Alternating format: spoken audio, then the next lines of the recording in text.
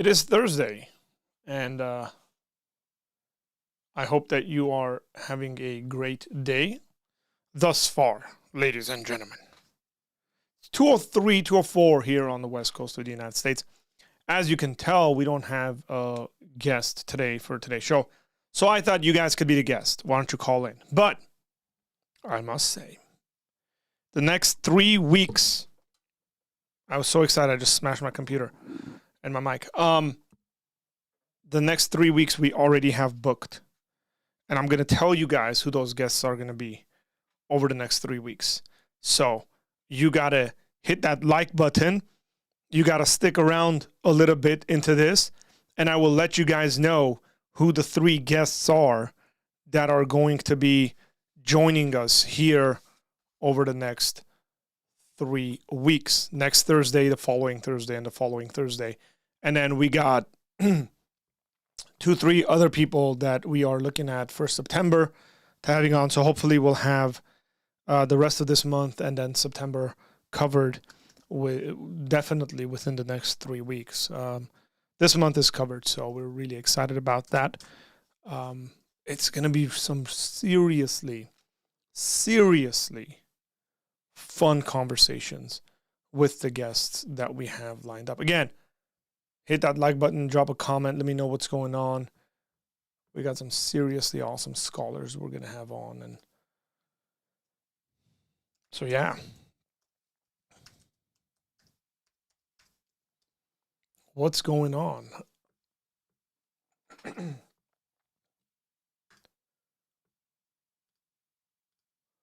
So we got Jeremy in the house. Good afternoon. Smash that like button. Jeremy's got that on right. Jason wants to know what's the prize for winning the Fantasy Premier League. Can it be hosting the show once? I think that's what we decided on. You win the Fantasy Premier League, you get to host the show. Yes. That would be the prize. Nick, what's going on? How you doing? Arnold, what's going on, man? No one called last time. It seems like a personal problem to the no ones who didn't call.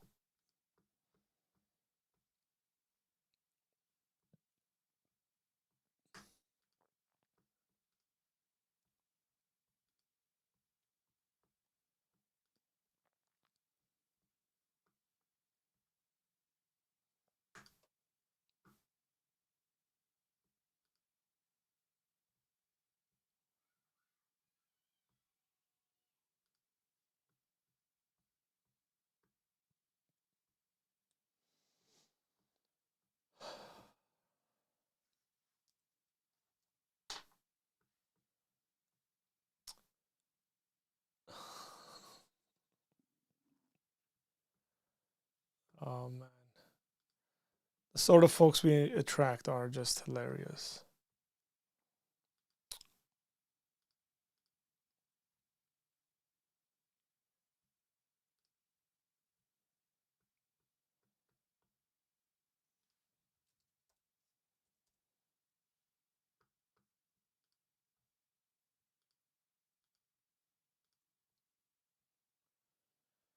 Hello, infidels. So it's hello, infidels, and then it's salam alaikum. Okay. What's up, folks? The question is whether I need to drop anyone from my fantasy team. Some crazy trades are going through, so we'll see what's going on. So, because tomorrow there's a game. Remember, the week starts tomorrow. Dude, 2 of my guys have been transferred out.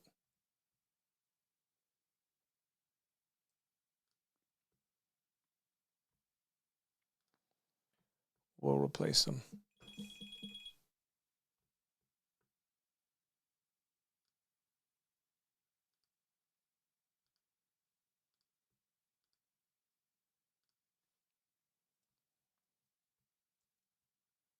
No, I'm going to drop the link. Hang on.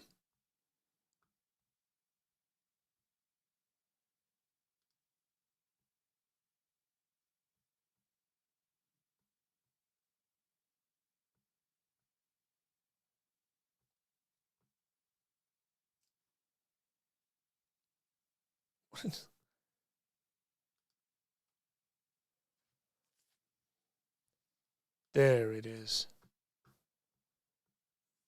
Invite people, copy, join. And there we go. That's the Premier, that's the Fantasy League. If you want to join it, feel free. We all believe Jesus is the Messiah. You are all so close to the truth. But you don't seem to be close to the truth, considering that Jesus himself doesn't agree with you in the prophetic sense that he's just a prophet.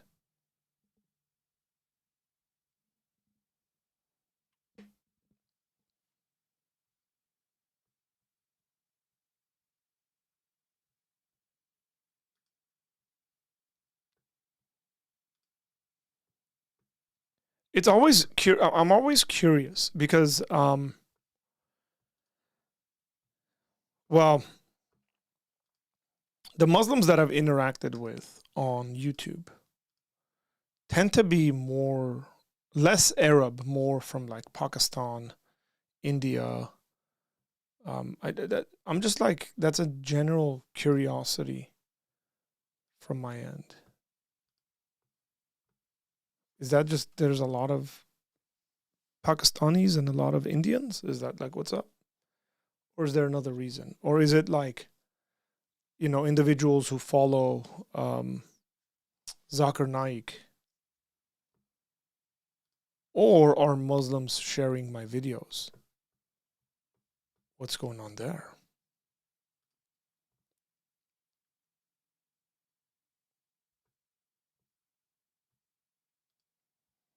We might never know.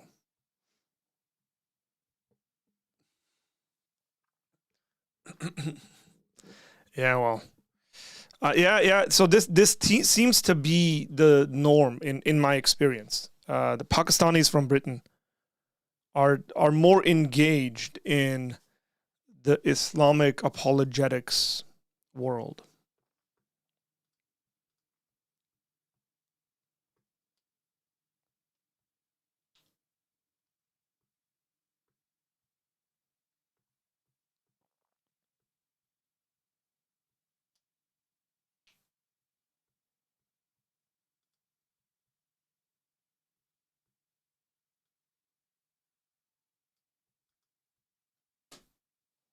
Got my coffee.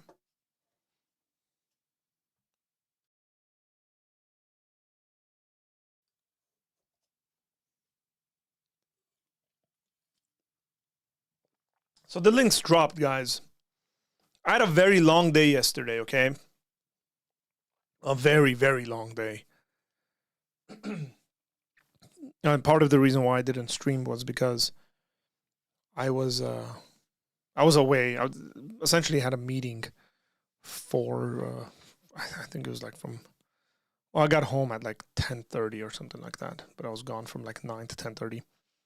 Drove a bunch. So yeah. What's up, Pat? How you doing, man? Islam has many more countries than Christianity. It is clear who will win out in the end. So are you concerned about truth at all? Or let's see who's winning? Those are two different questions. This video showed up on my feed. Not sure why I'm not subbed. This is not a Muslim apologetics channel, but sure, if you want to subscribe, we'll take you.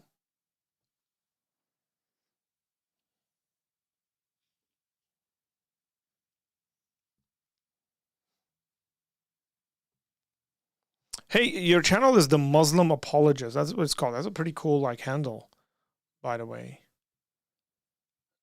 But I went to your channel and there's 0 videos up there. So what apologetics are you actually doing? It also says that you started this channel August 9th, 2023.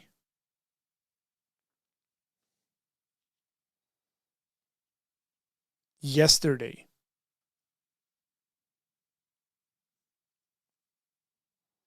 What happened to your other channel? Did you say some stuff and get it blocked or something like that, like your other account? And so you came up with this one?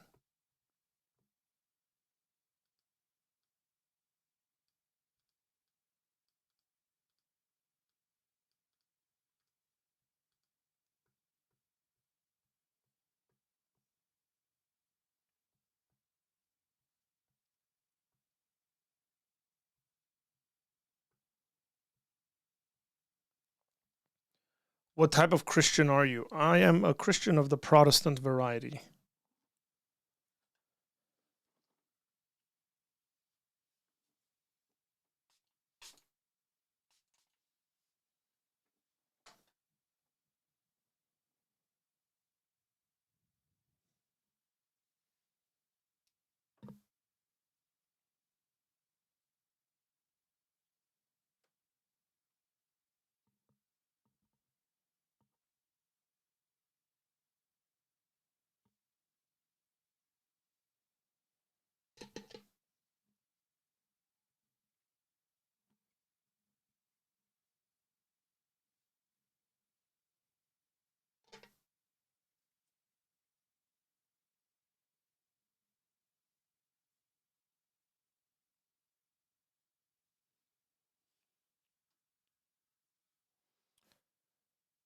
Much better. I can see.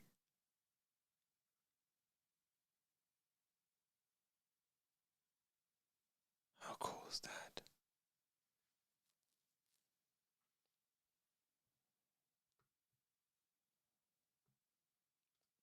What does Christianity give me? Salvation. Jesus died for my sins. I have assurance that my sins have been forgiven and I don't have to work for my salvation. Can you speak with that same guarantee that I just spoke?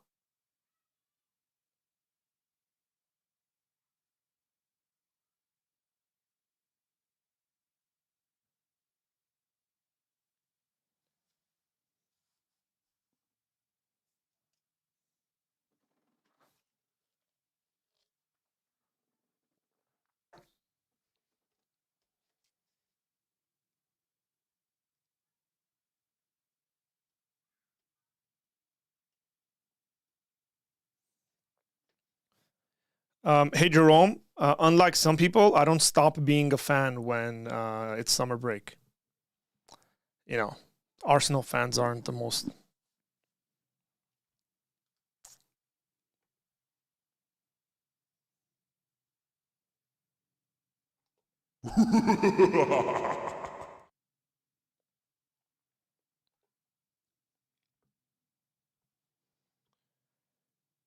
Not a week early, actually. Tomorrow the league starts. Tomorrow the league starts, bro. Man City's playing tomorrow. I forget who they're playing, but I think it's Man City's playing, and Liverpool's got a game on Sunday, so that's not a week. That's just 3 days. My salvation is not guaranteed. It's up to the mercy of Allah. Considering that you do all the right stuff you're supposed to do, correct? Yes. And if he so chooses. My salvation is guaranteed because of the grace of God and Jesus Christ, in that in his death, it is all covered and taken care of. That's why I can speak like that.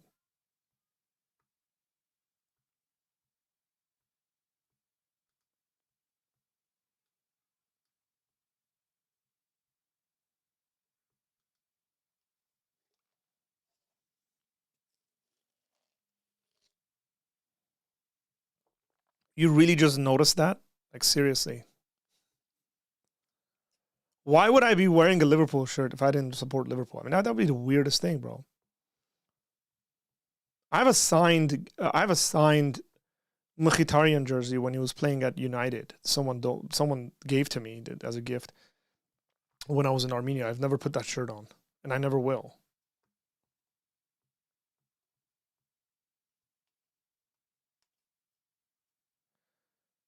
Why would I wear it? I'm gonna, dude. They just dropped those purple jerseys, but I think I'm gonna get that like white and green one too, man. It's really nice.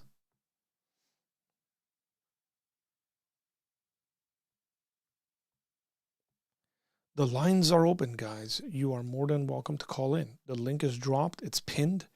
You can call in and have a conversation. Hey, Jerome, why don't you call in? You had notes from last time.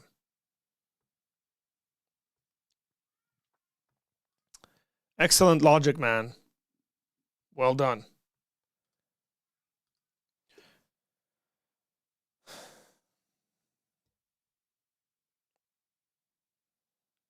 Bro is allergic to United shirt. Dude, you wouldn't find me dead in a United shirt. Like, if people like wanted to play a practical trick on me at my funeral and put me in a United shirt, I'd wake up and rip it off.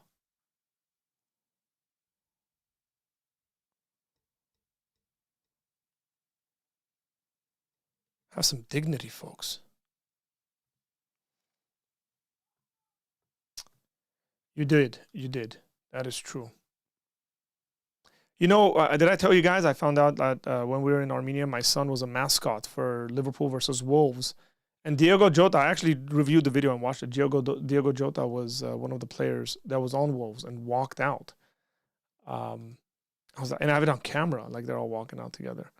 And nobody knew who he was really, like as a...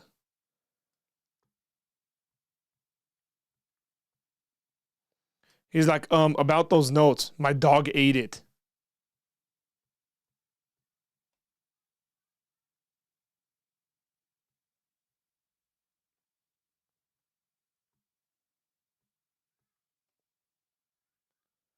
Oh, no.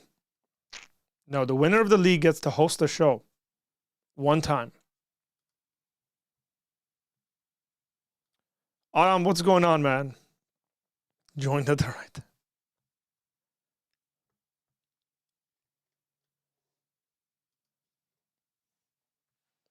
right. You seem to forget that your team is called the Red Devils. The Devils.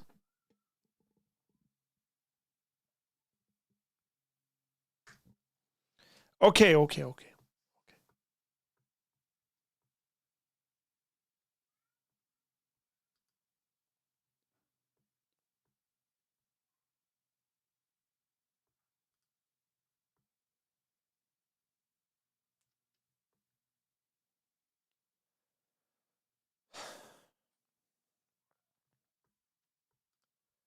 I must say I didn't really feel like doing a stream today, but I did it anyways. Because I'm cool like that.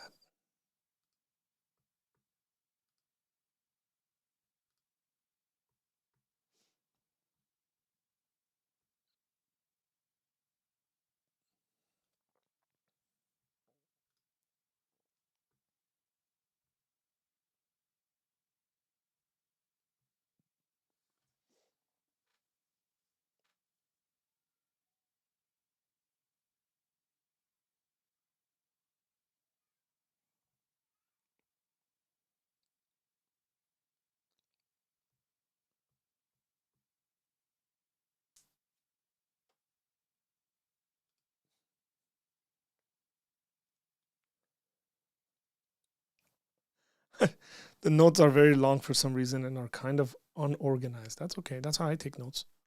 Actually, I don't. My notes are pretty organized. Look, here's what I say to my kids. When their room is messy, I tell them your room is messy because your mind is messy.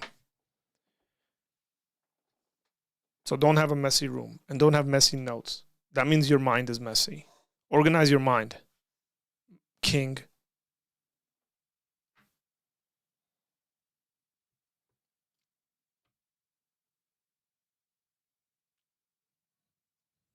Okay, there's threats going around now.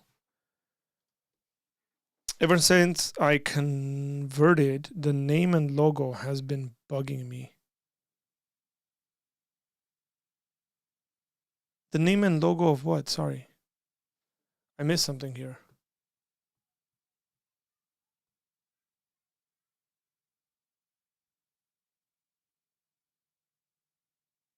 Anam, whatever comment you put out, it didn't come through. Like, so you put up a comment that said joined at the perfect time, and then there's no comments from you except when you said, yeah, ever since I converted, the name and logo has been bugging me.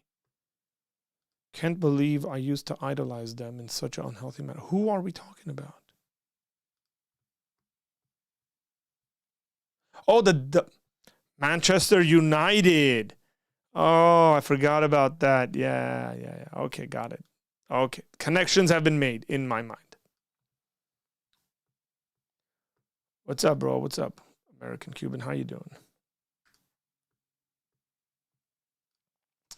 The notes are unorganized because there are loads of random things that I wrote down as I rewatched the conversation for the third time. How about I will help you organize the notes? Call, and I will guide you through it. I give you my word. I will do my best to help you organize your thoughts.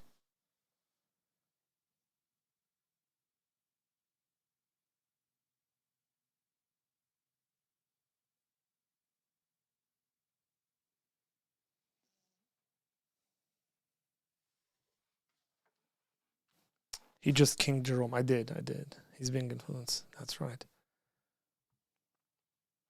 You know, I gotta be hip with the young people, folks.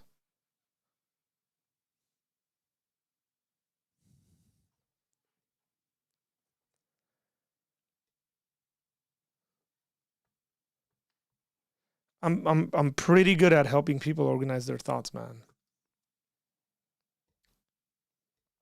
Just saying, like,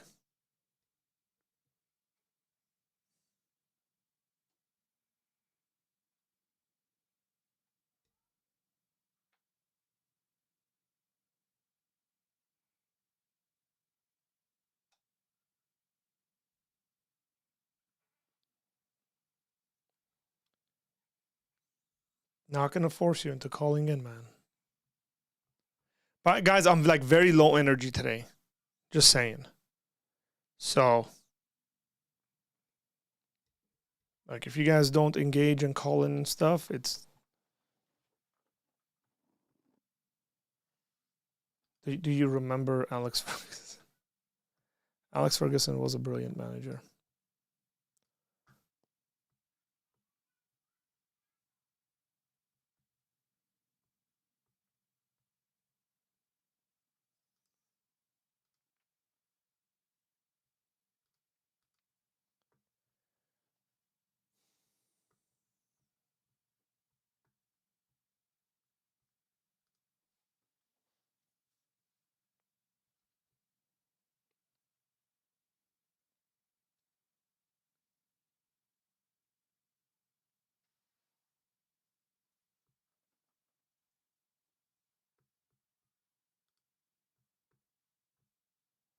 Your questions, your show, your comments, my responses.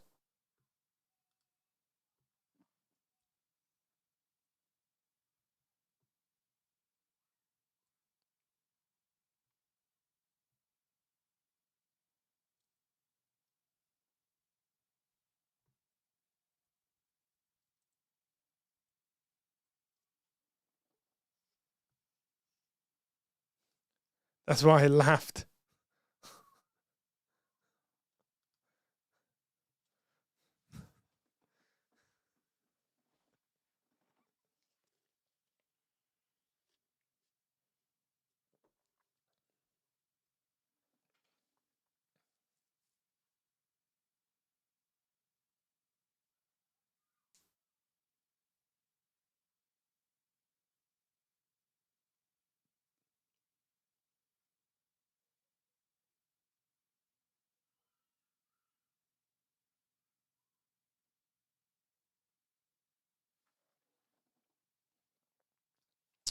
I don't know how you came to that conclusion, but in regards to the assurance that Jesus died for my sins and my sins are forgiven, that's actually besides the point when it comes to believing in once saved, always saved.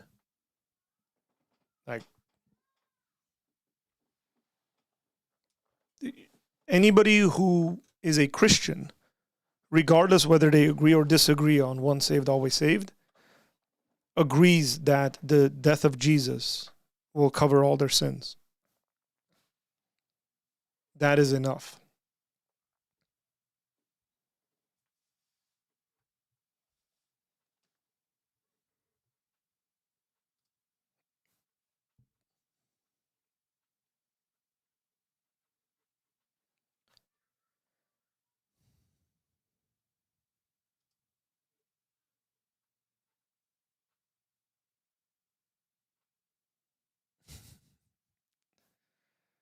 Oh, you guys.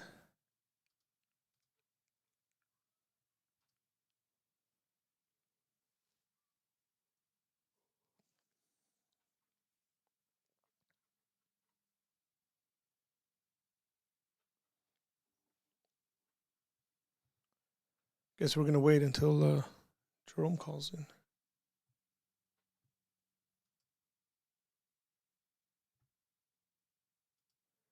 So just believing is enough? Believing enough for what? For your sins to be forgiven? Yes, the Bible says that you put your faith and trust and your salvation is through faith. Yes.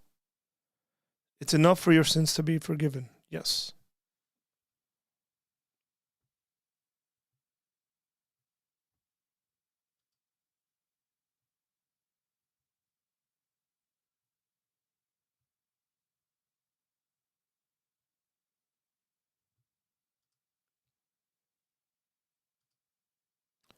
Yeah, because Jesus did the work.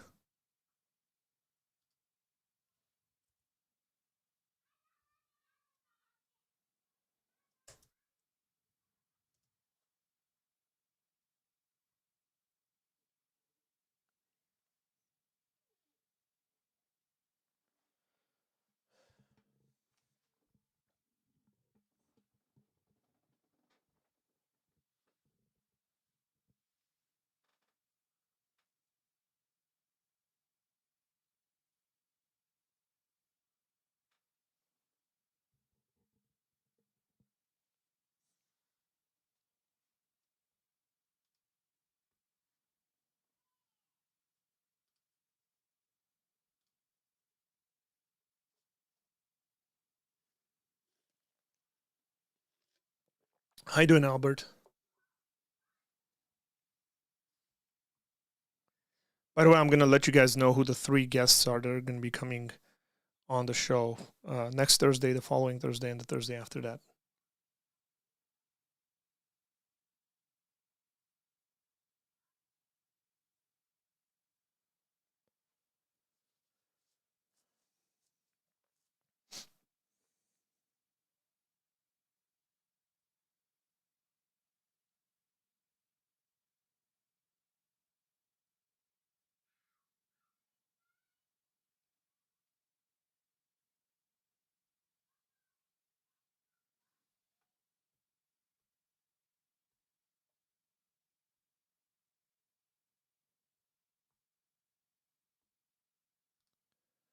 What if you decide to be an axeman all your life? Will you still go to heaven?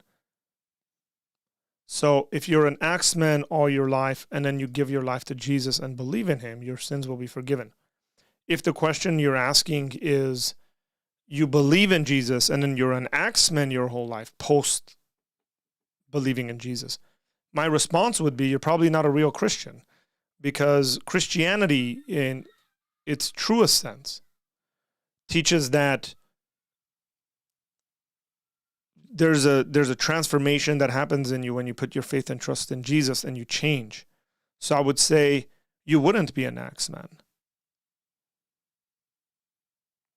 And this is not like a mere kind of mental assent to a fact. When we talk about belief as Christians, we talk about giving your entire life to Jesus, submitting yourself to Jesus. In Islam, it's about good deeds. Correct. That's why I said you can't speak with a guarantee that I can about the forgiveness of my sins. So if your good deeds are weighed and you've done X amount of good deeds and Allah doesn't accept your good deeds as opposed to the evil deeds that you've done, there's no way you can speak about it with the certainty that I speak about it, because I can say the death of Jesus is sufficient. I can say the death of Jesus is enough. Because there's no greater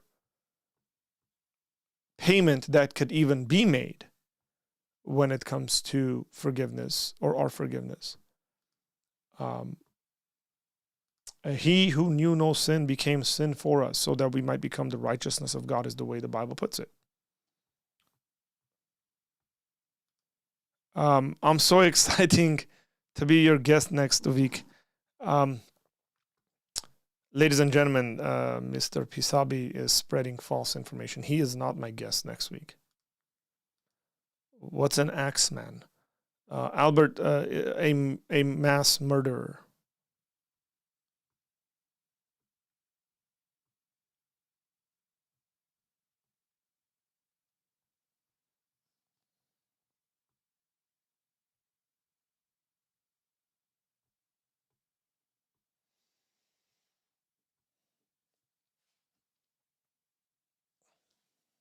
I was sitting for a very long time yesterday.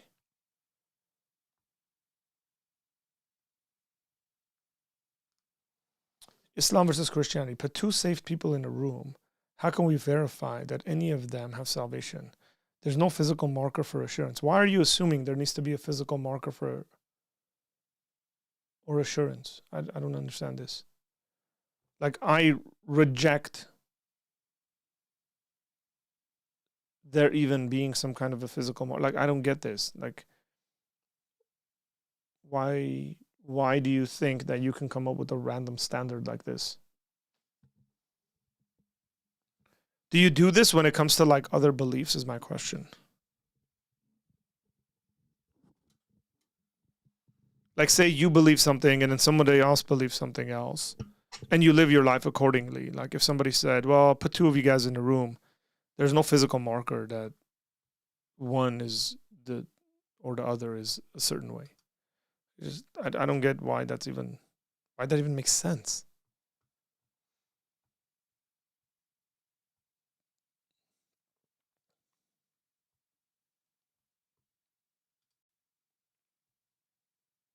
Jerome has called in, ladies and gentlemen. So let's do this before I bring Jerome on. Before Jerome, you got to hang on the line for a little bit, okay? So before I bring Jerome on, I want to show you guys who our guests are going to be, okay? You guys ready for it? If you guys are ready for this, drop a little, like, put the number 1 in the comment section. These are the individuals that we're going to come on the next 3 weeks.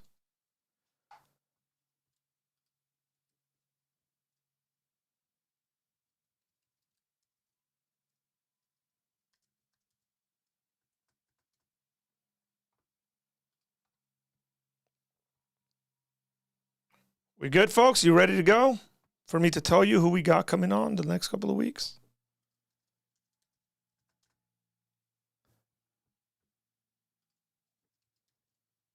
I'm pulling him up, by the way.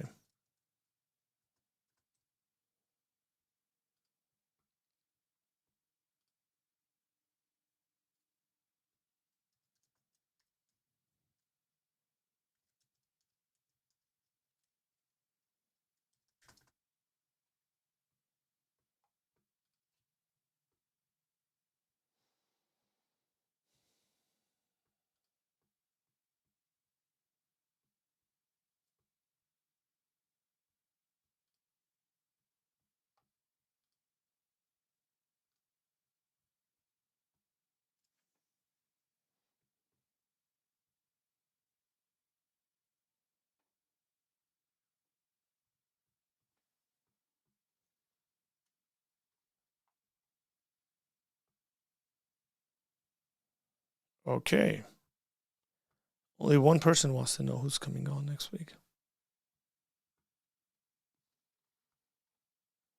I am seriously excited for the next 3 weeks and beyond with the guests we got coming on.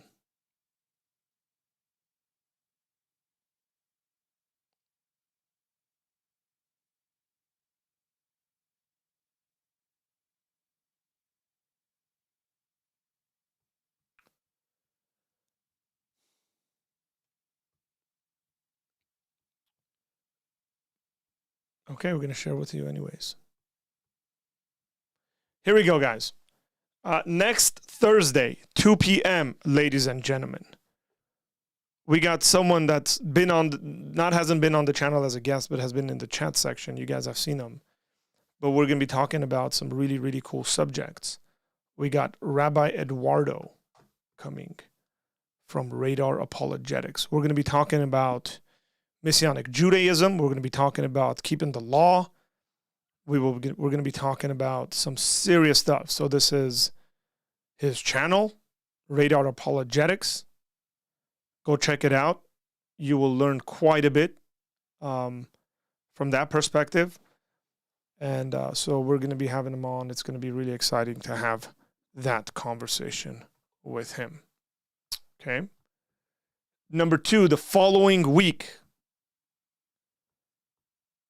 The 24th, ladies and gentlemen, we're going to be having the one, the only, Mr. John McCrae from What Do You Meme coming on.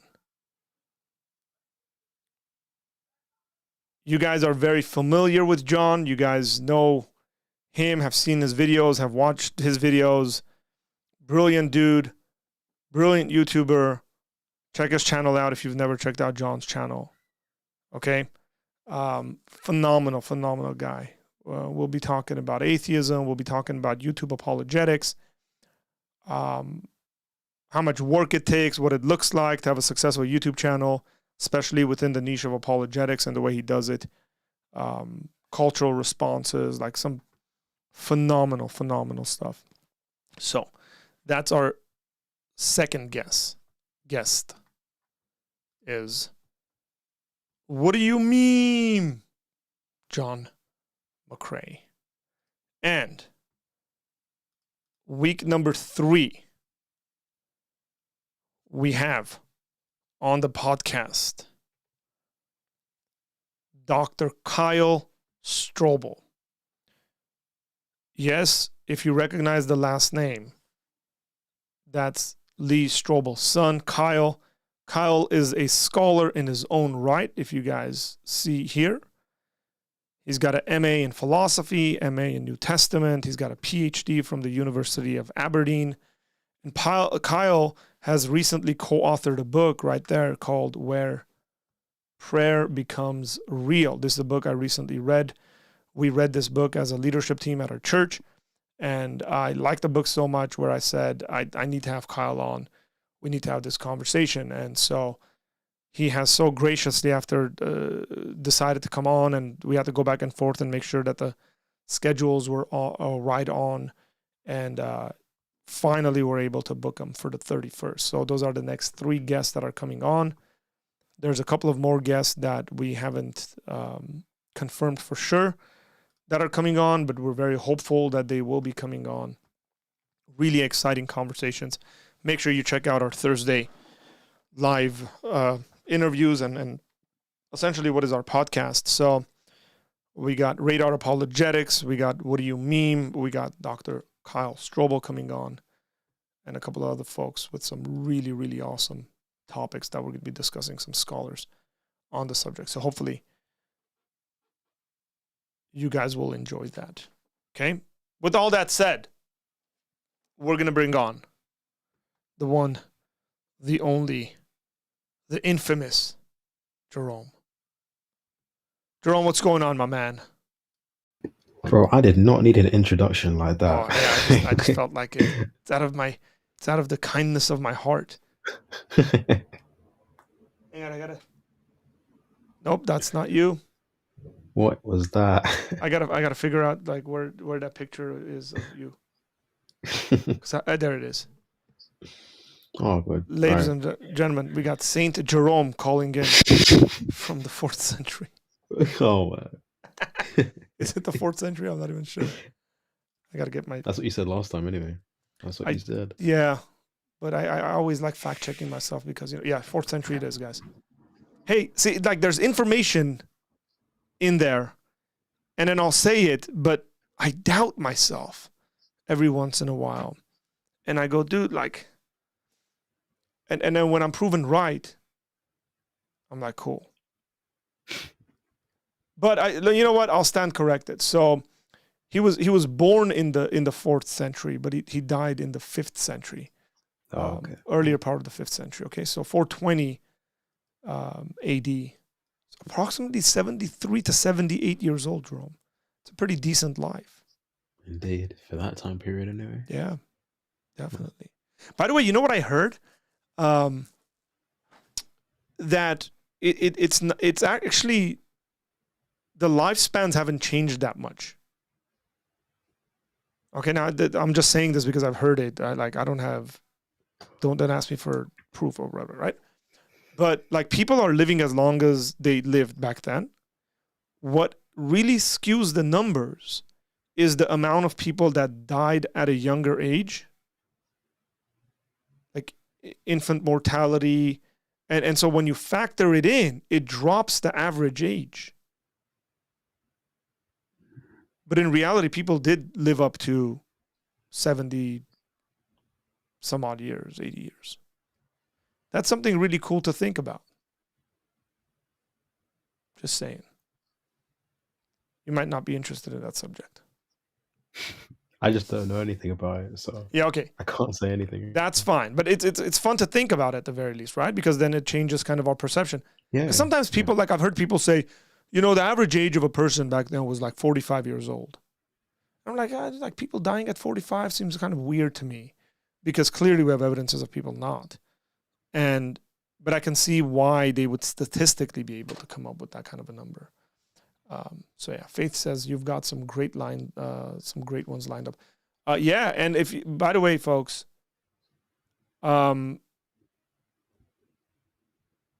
Saskatchewan, Canada, eh? Forgive me, I just had to. I love it that we have like a global audience. That's really cool. I will say this, guys. If you haven't listened to the podcast that we have, and I don't mean that like on other podcasting platforms, which it's there, but you can listen to it on YouTube. We've had some phenomenal individuals call in, and professors and PhD holding scholars that we've interviewed. So go check out the podcast playlist, and you'll have access to that. We're coming up actually to our 50th guest, and I'm working really hard to have a very, very special person on for our 50th guest. Won't tell you guys who it is. Mr. Jerome, I will let you guide this conversation. I don't even know how. Like, I read these earlier. Okay, let's see where do you want to start? Like and then I'll try. All right, so I mean, I guess it's the best way, right? So what do you think like are the most basic minimum requirements for being a Christian in terms of like what you believe and stuff? Okay, that's a different so let's qualify the question. What do I think is the minimum required to be a Christian, or what do I think is the minimum requirement to be saved?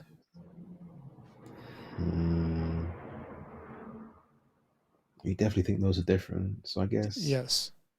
I guess the second one. That's what that matters, really. Say that again. Sorry. Yeah, the second one. I mean, so what needs to be saved? Yeah. Yeah, I think the minimum requirement to be saved is to believe in Jesus. Is to put your trust in Jesus, and you will be saved. Okay. What does that entail, though? Believing in Jesus? Yeah. What do you mean? What does it entail? So like presumably it would entail believing that like the Trinity is true, and like the Godhead has like all the omni properties and all that, right? Correct. I mean, when we talk about God, we're meaning God as conceptualized by classical theism. Let's put it that way. Okay. Yeah. Okay, that's relevant. Okay. Yeah, like you can't be like, oh, my spoon is God, and I believe that, like. Yeah. But all right, that's fine. Because like the concern I had, right? Do we need to repeat it? The hell one. Because like people, because people just aren't gonna know. Yeah. That's fine. Like, so I would say, like, the concern is like if somebody is not a Christian, let's put it that way, right? Like, if somebody's not a Christian, and then they end up becoming a Christian, there seems to be a anxiety of sorts that would come upon the person, considering that they would have a good number of friends and loved ones that that don't believe, that they obviously care about, who will not be inheriting eternal life. Yeah, that's basically it. And so what I remember you saying was, um, um, wait, I wrote this down. Like, why am I? I wrote notes and I just wasn't going to use them. Interesting. Yes, so you said something to the effect of, um, God's sovereignty and him being omnibenevolent or whatever means that people aren't going to go there by accident, right? Correct. Okay. Um, See, this is the part that bothers me, right? Because I feel um, like you believing this would mean that if you're a Christian in the way that you are right now, would mean that you have um little to no issues with people going to hell, like at all, right? Like, you just don't see that as a problem. Okay, let's break that down a little bit. What do you mean by like I have no issues? Of course, I have Yeah. issues with people going to hell. I Well, don't want them to no, go no, to but hell. yeah, that's what I mean. But like, so when I say that, I mean, you don't want that for them, but you think that it's like just for them to do so if they don't do the correct things. If they don't believe in Jesus and give their lives to Jesus, Yeah, they yeah, end up going pretty to much. hell. Yeah. Correct. Yes. Okay. So let's put it this Um. way: like hell is the just penalty for the sins of the person. Well. That's why I think Okay. it's just. It's because I think they're actually getting what they deserve in a just manner. Okay. And then on Um. top of that, there's been provided a way of escape for them from that hell, and they've chosen to not believe that, to not accept that. Let's put it that way. hmm, Um. There's so much here, honestly. Like. So just one at a What do time. I Let's see? pull it one I at a time. genuinely, okay. I don't know what to say to this really. Because this implies that like if I was to if I was to like convert, right, that would just mean that I would also just agree with this, right? Like in principle, that I think that it's like okay for people to receive like eternal punishment. Just like the mere fact that you just convert to this religion means that like you just think it's fine, which is like something that seems odd, and that's why I asked you the question in the first place. And I was like, I'd have to be just a completely different person. And then you ended up saying basically yes, which like you basically said that when you convert, you just have like entirely different moral intuitions or intuitions about like what justice is. Um, and I was like, wait, why would I think any of that? Like, I don't know why. Like, what about Okay, converting would let's mean think about this that in affecting? a so Jerome. Let's think about this in a possibility scenario. I think might be easier. If God existed, and if God was just, He would have to judge people, right? Like He Um, would. Let's put it this way: He would have to hold people morally accountable. I mean, I guess so. Yeah, sure. Like that doesn't seem to I be mean, like a very debate. I That know where doesn't you're. seem to I be a know point of debate there, by the way. no, I know, but like I know where you're going with it, and I just have problems with where I think it's gonna end, right? Yeah, so that's fine, but we gotta like kind of bring to the surface what the Yeah, problems no, are that you're yeah, seeing there that my maybe I'm fault. not Yeah, seeing. yeah, no, go ahead, go ahead. Hmm? Yeah, no, go ahead. It's fine. Yeah, so like so if God exists and He's just and good and so on and so forth, He would have to hold people morally accountable. Yeah, Let's yeah, just say sure. by holding them morally accountable, there is X action that happens, right? Now I Hmm. say that's hell, but let's just call it whatever, like action unknown X. Um, and then God ended up acting upon that, and that's just the truth of the situation. To me, you believing that or anybody believing that is just assenting to that which is true. And here we're not even speaking about whether like we like the thing, we feel psychologically inclined to the thing. It's just that's just the way things are. Right. Right. Like you have to accept it, whether you like it or not. Hmm. That's so, like I've used Now, this example before that I don't like the rules of mathematics because every time I take money out of my bank account, there's less of it there. But I still have to adhere to it. Like, that's just the way things are. And if hmm, God's going to judge the world and he's going to hold people accountable, and by holding them accountable, that means people are going to be separated from God for eternity, then that's just the way things are. And that's what I meant when I said, yeah, you would have to, like, this is a view you would have to hold to. you know, I mean, I guess that's fine, but I don't know.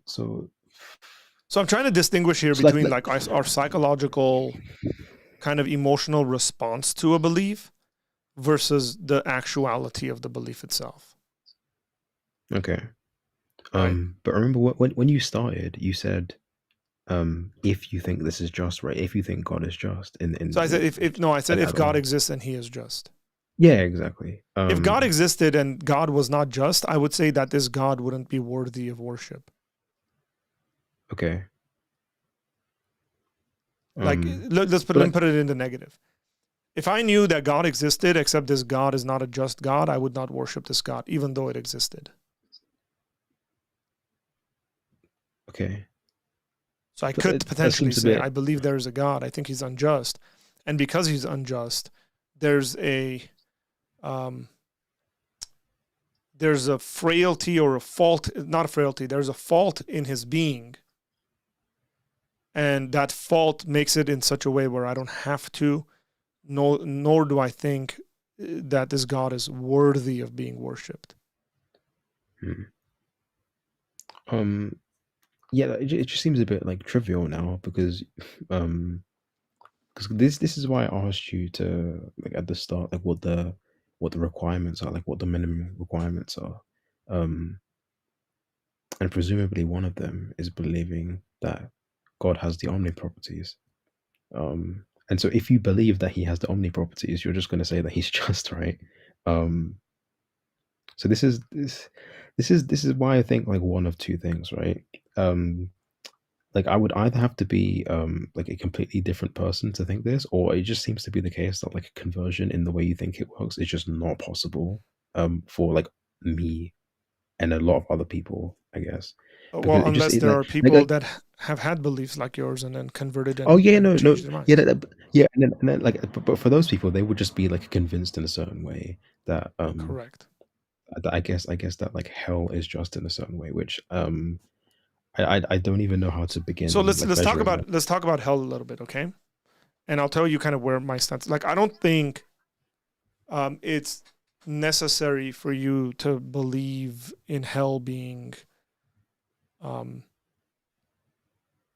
the traditional explanation of hell, Yeah, no, right? I don't think that. I don't think you Yeah. meant that anyway. Like, yeah, Okay. Good.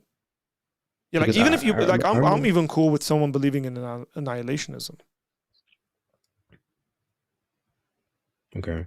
So if somebody believes that, for those who don't know, just annihilationism is the concept that God at one point or another will annihilate all the unbelievers, meaning they will just stop existing. And that's their eternal punishment, non existence, and not being with God. I think that fits the criteria of a hellish thing where the person stops existing and they don't get to experience the goodness and love and joy of God for eternity. So, like, I'm even cool with that. Um, but I don't think those things are like necessary for salvation. Like, I wouldn't, if somebody's an annihilationist, let's just say, right? I'm not going to say, oh, they need to believe in this kind of a view of hell in order for them to be saved. I Yeah, mentioned what I don't think. I might have issues when it comes to like a Christian Orthodox view or whatever like that. To consider that like a part of Christianity and Christian belief. Yeah, no, I don't. I don't think that you think that anyway. So it doesn't Okay. really matter. Yeah, just to clarify Um, it, I guess. yeah. Um, yeah, it doesn't really change anything that I think, right? Because I guess that the problem for some people would just be that uh like the reward that you get for believing is like given to you for believing, right? And I guess that like a lot of Yeah, people I, would just I say I don't that know if it's not I really don't know if like I would use reward language. I don't know what you would use instead, to be honest. Well, it's not a reward in the typical sense we think of rewards. So like you usually work for rewards, right? Like I won a race and I was rewarded the trophy or something. Yeah.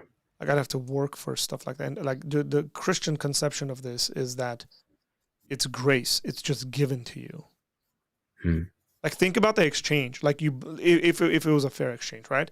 Like you believe and you trust and you give your life to Jesus, and in return, Christ has become a man, died for your sins, and is crediting to you righteousness and eternal life. Like it's not comparison. Like the amount of work you did to be rewarded that isn't even comparable, right? It's so that's why it's the grace of God given to you. It's freely given to you.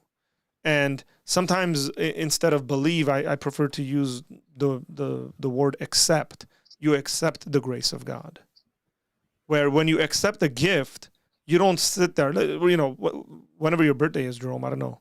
Um, Say for your birthday, I sent you a really nice, awesome $150 Bible, right?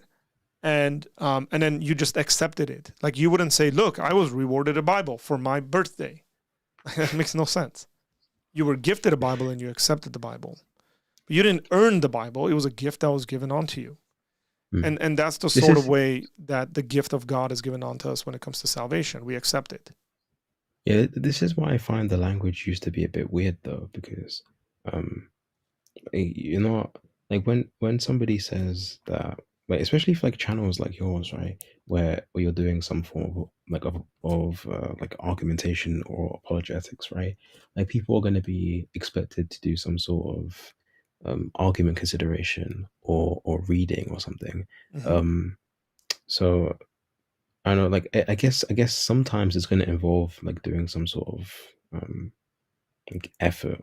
I'm not sure how else to phrase this because like some people are just going to be born into situations where they just believe this sort of stuff, and other people have to I Correct. don't But know. I think that's a secondary question that is internal to the Christian worldview. So, like, internally, Christians might disagree on how this comes to be. Right. And it falls into the conversation about soteriology, which is the study of salvation.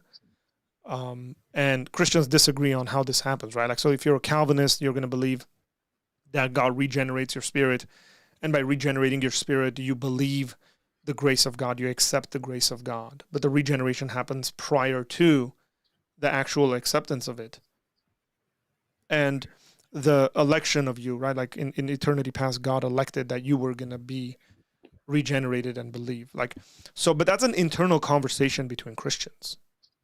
And You know. the way that this issue gets resolved essentially is by Christians throwing Bible verses at one another, right? Like, so it's, hey, I think the Bible teaches X, Y, and Z, and the other person says, well, I think no, it's not that, it's this, and so it's lots of proof texting. Let's just say of us trying to argue our points based on what the Bible says. Yeah. We're not disagreeing on the fact of somebody has believed and accepted the grace of God. The conversation is more about the mechanism in which those things happen. And then Right. there's people who are just like, I don't care how it happened as long as it happened, right? But like theologically, that's just the conversation that's going to happen. But I don't think that your issue is not necessarily that. Yeah, But it's just people like going there in the first place, and like the requirement for not like being annihilated or going to hell is like believing in the first place. mhm. Like I don't understand like why that would be a just criteria for this sort of thing, especially like given the sheer I don't know quality of like the differences between belief and non-belief in terms of like the actual consequences, right? Um, Yeah, and by like the way, I don't just there think it's seems like mental assent. By the way, I don't know if you're familiar with that yeah Bible passage that says you say you believe in God, but even demons believe in God, yeah but they exactly shudder at His name. exactly like that makes it like worse in my opinion, right? Because then you Uh-huh. have to also believe, like, you have to believe that like God exists and stuff like that, and you also have to believe um in the minimum things that I asked you before, where you believe that like the Trinity is true, and what was the other one? There was three. Yeah, the omnis and Um, stuff like that. yeah. Which makes it like more strange because you have to believe all of those things, and like I But think again, like in remember it. I said not necessarily for salvation. Like I had when I accepted um say Jesus' death for me, I probably couldn't have conceptualized to you the Trinity. Like I don't even think I had a belief about the Trinity. Right? Like so the grace Okay. of God was shared with me. I believed it. I trusted it. This message, this gift that was given to me. My theological beliefs about say hell, my theological beliefs about the Trinity and the Bible being the Word of God, those were later developments of me studying the Bible and looking at all the details of that conversation and saying, yeah, I think the Bible actually teaches a Trinity. I think the Bible actually teaches say hell. I think the Bible teaches X matter on whatever subject it is. Um, Let me ask you a question because it's interesting because you've repeated this a couple of times where like you This would this have to last comment change. this last comment is killing me. By the way, Jerome is asking hard questions. He should refer to Islam. I haven't looked at the comments for once, and that's the first one I saw. That's really funny.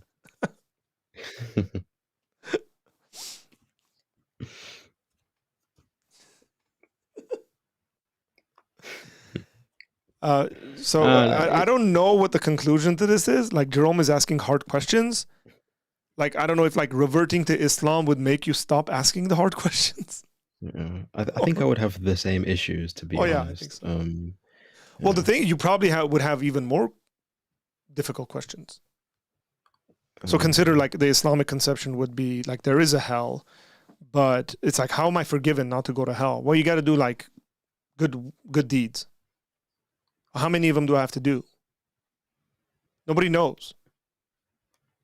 Just you got to do enough um, where it covers all the bad stuff you've done. Then, as a Christian, my response would be, well, what do you consider the bad stuff you've done? Right? Like, what about the bad stuff you've thought after other people? Like, you've desired negative, bad things about them. Right? And so it becomes like, it essentially becomes like God's going to weigh these things on the scale to see whether you're going to get in or not.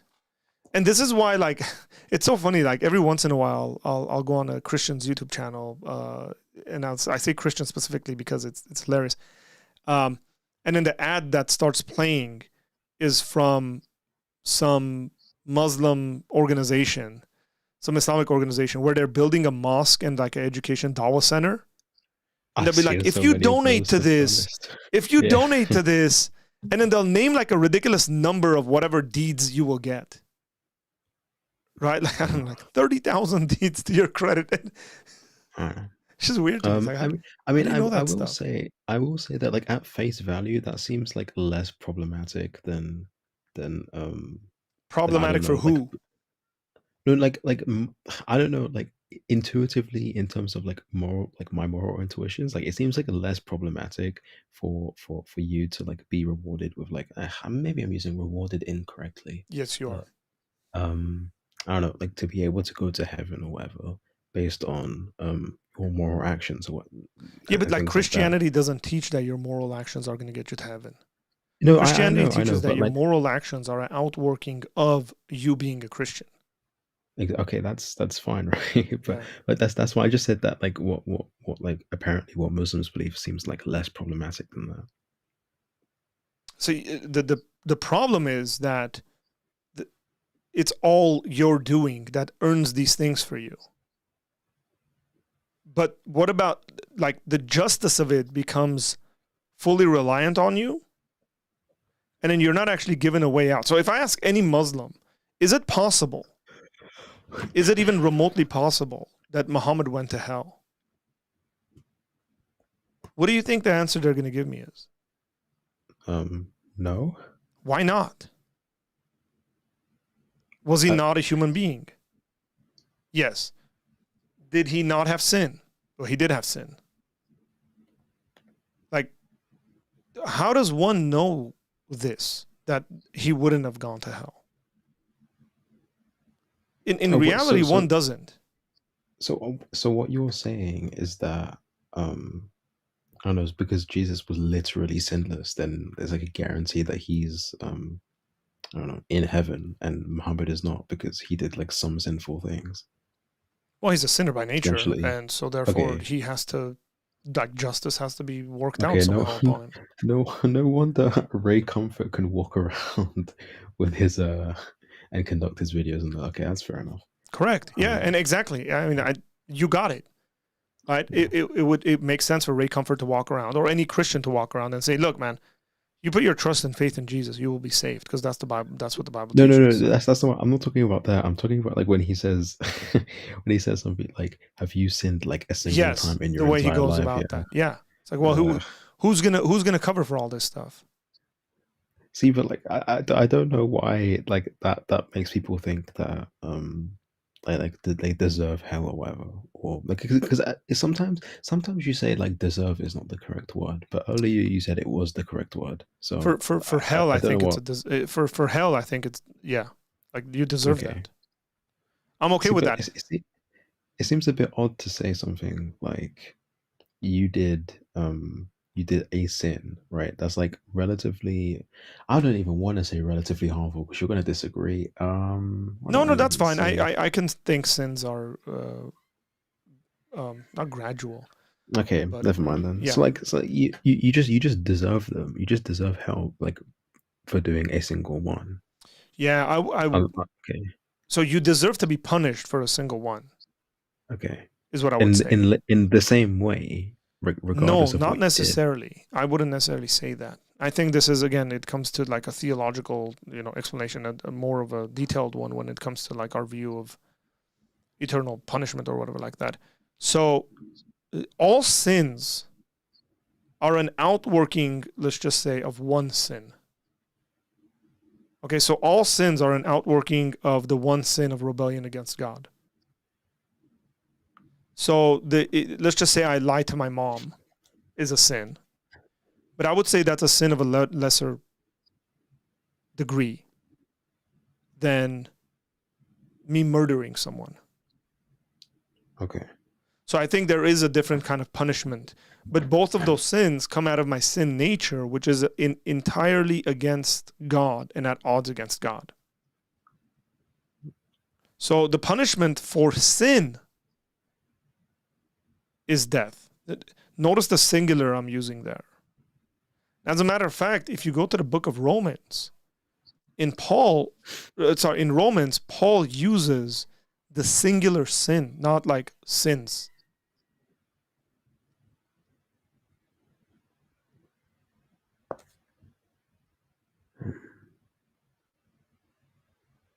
So sin, the punishment for sin is death.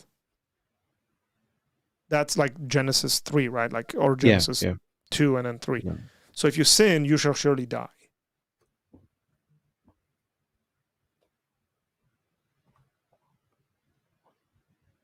Give me 1 second.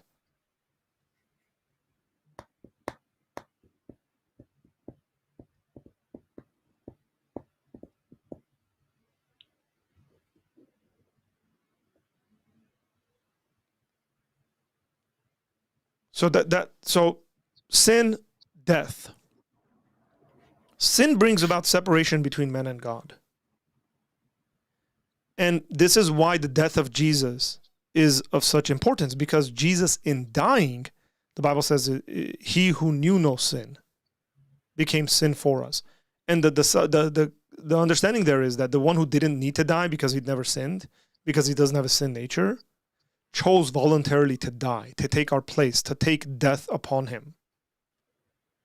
And this is why scripture will go on later on to say that essentially the Christian can say, "Oh, death, where is your sting?" Like death has lost its power and strength over us because even though we die, we experience death. We will live. In the eternal sense, in the resurrected sense, we will live with God. Where the unbeliever doesn't get that. They get to live, let me put it this way, they get to live outside of the garden forever. They get to live outside of God's presence forever. So it's really getting C.S. Lewis, your British friend, but like so C.S. Lewis has this statement about hell where he says, "Hell is basically God giving people what they've always wanted." Now, by the way, I'm not fully, I'm I've not heard this entirely in before and it kind agreement of with that bothers me, but statement. What was that?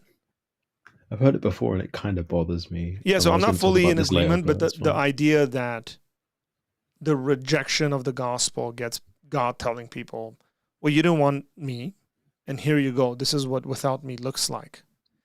Mm. Now, this is where we can get into the conversation about what hell looks like in the first place. Okay. Um, but ultimately, I think everybody can agree that hell is just like not having God's presence. Okay. And maybe I that in yeah, itself is enough like torturous. And then it's painful enough, like not being in the presence of God. Because even mhm. in Christian theology, this world which has sin in it, you and I live in, still has what is called by Christians common grace. So God's presence See, is still like is not fully removed. yeah, see, I don't even think like any of that is like that important. I don't know, at least to what I was thinking anyway. Uh, because I remember you saying that I don't even know why we spoke about this originally. So like we were talking about like how like I would treat like non-Christians if I became one, right? Yeah, Which uh, like on I didn't really want to talk about because that just wasn't like important. Like if I'm not thinking about how I'm gonna go and treat these people. I'm just talking about like their like eternal salvation or whatever, correct. or their eternal destination or something. Um, and so you said something like, you don't worry about it because if um if they would have converted, they would have just converted, right? Like if they ended up not converting, there isn't a possible world where they would have. Correct. Okay. Now I should say Um that's like flowing out of my theological view. Not all Christians will say yeah, sure, exactly sure. what that is. Yeah, So this means, at least to me, this means that you believe that there are zero non-resistant non-believers. You must believe like they just don't exist. Okay. yeah, Um essentially. okay. That's see yeah, So I feel like we okay, so spoke I about yes, 'cause you sent me that video, right? yeah, exactly, yeah. But Yeah. like we you spoke about that already, but like I don't even think like it's that important anyway. By the way, I think that's a pretty good 'Cause argument. Not like as an argument, it's a very challenging argument. It's a yeah, good argument. I don't know how I could possibly think that there aren't any like under any situations ever. Like I don't know how I could like be led to believe that that's just not a thing that happens, right? But I don't know why uh, given the consequences that like this would be the system that this would work under. Um, so like I wrote down like an analogy that I'm gonna try and give here, but Okay. I'm gonna preface this by saying that I hate every single theistic analogy I've ever heard, and I think they're all really bad. Because there's always a situation like God is so different from every other moral agent that like every analogy I've ever heard just like falls immediately. Yeah, you're Um, never gonna have a so one-to-one analogy. no, but Like I I've think these given ones up are like on that. especially bad. Like most analogies are like not good, but I think these are just really, really bad. Okay. Most of the time. So, I don't know. So like, um, let's say that you're a parent, right? I am a parent. Or I'm already throwing. Okay. So, But no, I'm dude, I'm just yeah, no, it's fine. It's fine. I was thinking being about this to annoying. myself earlier, and I'm like, oh, I have to imagine that I'm a parent now because I'm not. But yeah, like if like let's say that your kid like is like 4 or something or 3, and then they have to be in one of those um I don't know, baby seats that have their own seat belts, right? Hmm. Um, and you're about to drive somewhere. Um, like it doesn't matter, and like your child's responses to you forcing the seatbelt upon them are going to be like irrelevant, right? Like you don't really care about how much they like the seatbelt. You're gonna make them wear it anyway. Okay. Because you're driving somewhere and you don't want them to get hurt, right? Um, you might see where I'm going here, and Okay. it might be like very, very obvious, but I feel like something similar should be happening in this like theistic situation as well, to where Okay. um like a situation like because this is already bad because God can like control the situations and like make car crashes in this scenario not possible, but it doesn't even matter. But um I would think um that if like God was like omnibenevolent or whatever, like everybody would just have the seatbelt. Like it doesn't matter who's just like it doesn't matter if you like him or not, or believe in him or not, or like believe a certain set of like other propositions or not. Like everybody else would just have it because the consequences are so bad. Um so Okay. the fact that like people are going to hell in the first place seems to imply to me that God is not omnibenevolent. I don't know why. Like I can like predict the responses already, but I don't know. That's So kind of okay. what I So think anyway. I let me put that aside. So I'm just going to ask a couple of questions. Have you looked at divine hiddenness arguments for and against? Um, Like the mm, argument essentially like God, why does God seem to be so hidden? oh yeah, yeah, yeah. Right? Like so the analogy I'm trying to draw a point from the analogy like in regards to the parent with the seatbelts is like Mm, did has God done enough to protect us? And the way I would put it like in regards to theology or philosophy on this subject would be has God revealed himself enough for people to be able to make a rational decision about following him, right? And that um, obviously there are philosophers and scholars that think no, like you know, I haven't there's even individuals pictured that it think like divine that. hiddenness is the biggest issue Christianity has. Like, why does Yeah, God seem so hidden, yeah. right? And I then haven't even obviously thought there's about it like Christian that. responses to that. Mm. I think No, divine no. hiddenness arguments are pretty strong, by the way. Um, I'd like to think so, but I've done a lot less reading than the other ones because it's So it less seems to me standard. that So that's I would say because remember I said I want to help you process through some of this stuff. yeah. I would say maybe your real issue, like the hell issues, like what's come to the surface, but your real issue has to do with whether God's done enough. Where enough here means he's not entirely suppressed human freedom, where people just don't have a choice; they just like act like robots.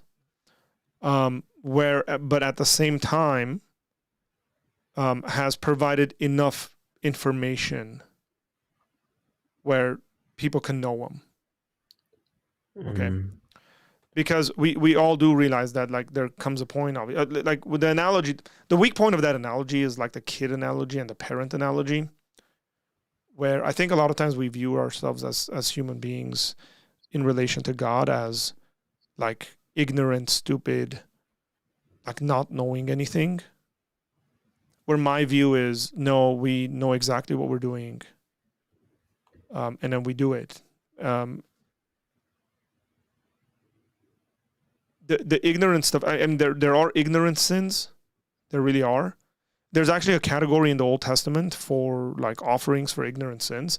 Ignorant sins in the Old Testament are never punished um, the way willful sins are. Right? Like there's like generally an offering that's presented like, here's an offering for all the stuff I did that I didn't know I was doing that was wrong.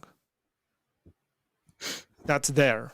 Like the other day on Tuesday, me and my friends were meeting, and we usually meet on Tuesdays to like pray, and so we read out of one of the psalms. I think Psalm 19. In Psalm 19, he says, keep me away from willful sins. Help me essentially not commit willful sins is the idea there.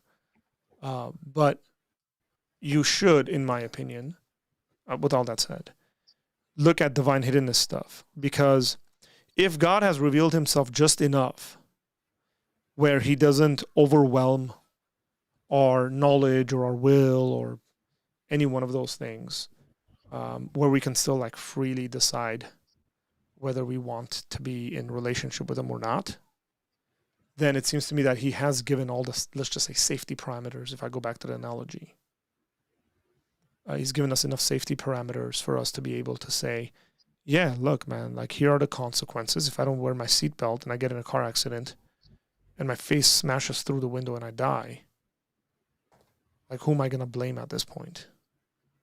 Right? Like, so the analogy I would change there is, as an adult, you sitting in a car and not wearing your seatbelt or something. And then it's like, well, the seatbelt's there. The guy next to you told you, wear your seatbelt, buddy. And then you chose not to do them. It's like, well, who's really guilty here? Who's really at fault for whatever the consequences were for that action? The thing is working. The warning's been given. The information's there. Like all that stuff's there. And so I think, again, it ultimately is going to come back, at least that's the way it seems to me, is that your issue is whether God has revealed himself enough for you to be able to make a decision on that, like his existence and Christianity being true and all that stuff. And I think this goes back to that non-resistant, non-believer conversation, obviously, because the non-resistant, non-believer is essentially saying, if I understood Alex O'Connor right, the non-resistant non-believer is saying, if the information is right and I have access to all that information, I will no longer be resistant. Like, sorry, not I will no longer be resistant. I will no longer be a non-believer. Because I am not a resistant. Sorry, I'm not. There's two negatives there somewhere. Yeah. Just say not resistant, I guess. But that's the idea, right? It's Yeah. hey, I'm open to all the information. Like I want to be convinced by all this information. And we don't know, right? Like we don't know. There's a lot of details that we just don't have access to. Like I don't know what Alex O'Connor's motivations are and stuff. Like I like Alex quite a bit. He's a breath of fresh air when it comes to the Christian atheist conversations, in my opinion.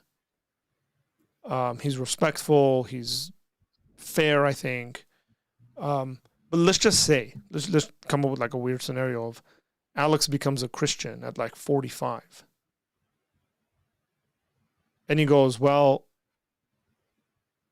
like as I studied this stuff, I became more and more convinced by it. Like, then are we going to agree with him that there are, and then he says, oh, you know, what was really keeping me away was X subject. Then at that point, we're going to look at it and say, well, you were a resistant non-believer. And maybe there are no such things as non-resistant non-believers.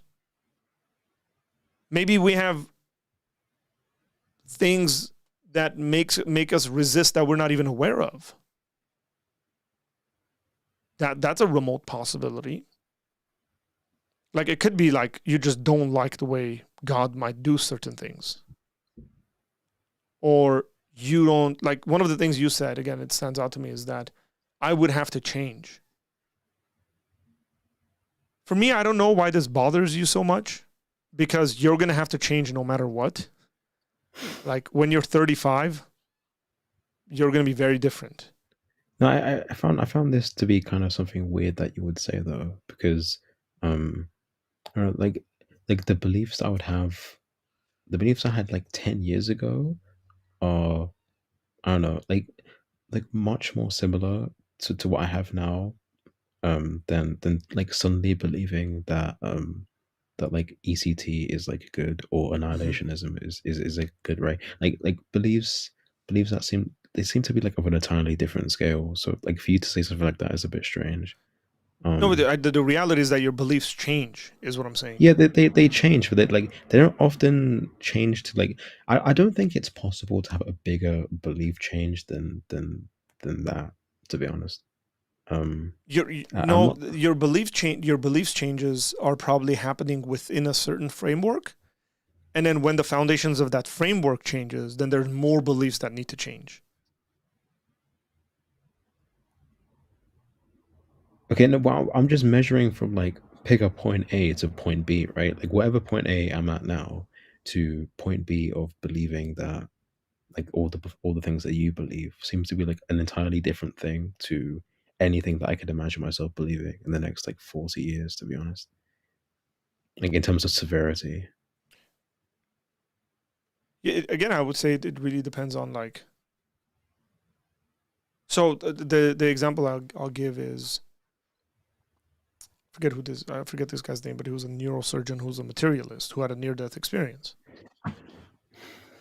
Right, like when he came back from it, he changed his belief when it came to naturalism. Like he was just like, naturalism is not true. You know, So I remember there's I'm not something beyond that, like reductionism of the materialistic sense is yeah, not yeah. true. So I believe there's a non-physical world. Like I have no idea whether he became a Christian or not. I don't think he did. But now, if he had, let's just say, he had become a Christian through some other, like his mom told him you need to become a Christian, and he became a Christian, right? And like a lot more stuff would like, so it would be the naturalistic stuff would change, plus a bunch of other stuff, because it wouldn't correspond to Christianity. Some of it would, some of it wouldn't. Um, And I think that's what you're struggling with, and maybe I'm miscommunicating. I don't know what I'm saying. Yeah, if you become a Christian, a bunch of your beliefs are going to change because you're changing the entire framework in which you used to view the world through. yeah. Of course it's going to change. Well, You're going yeah, to look sure, at but your neighbors differently, mm. right? As opposed to the way you look at them now. Yeah, so when I say like let's say I stopped believing that identity theory was true when it comes to philosophy of mind or something. Like, if I stopped believing that was true, that seems like radically different to like having all of your moral intuitions, for example, about like how hell works. Like that seems like completely different in terms of scale and size, I guess. Okay.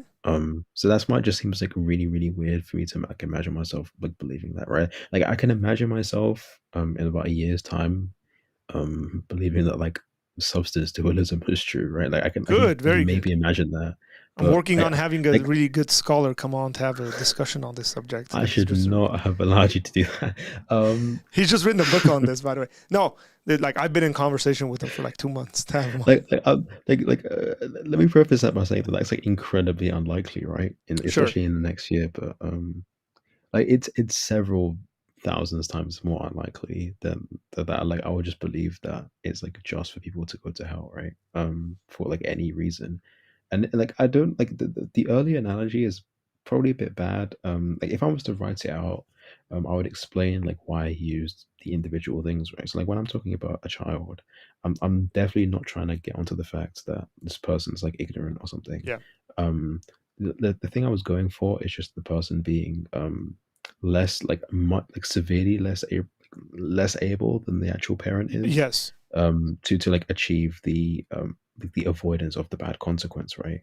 Sure. And so like That's partly why I said the divine hiddenness is probably the route you want to go in.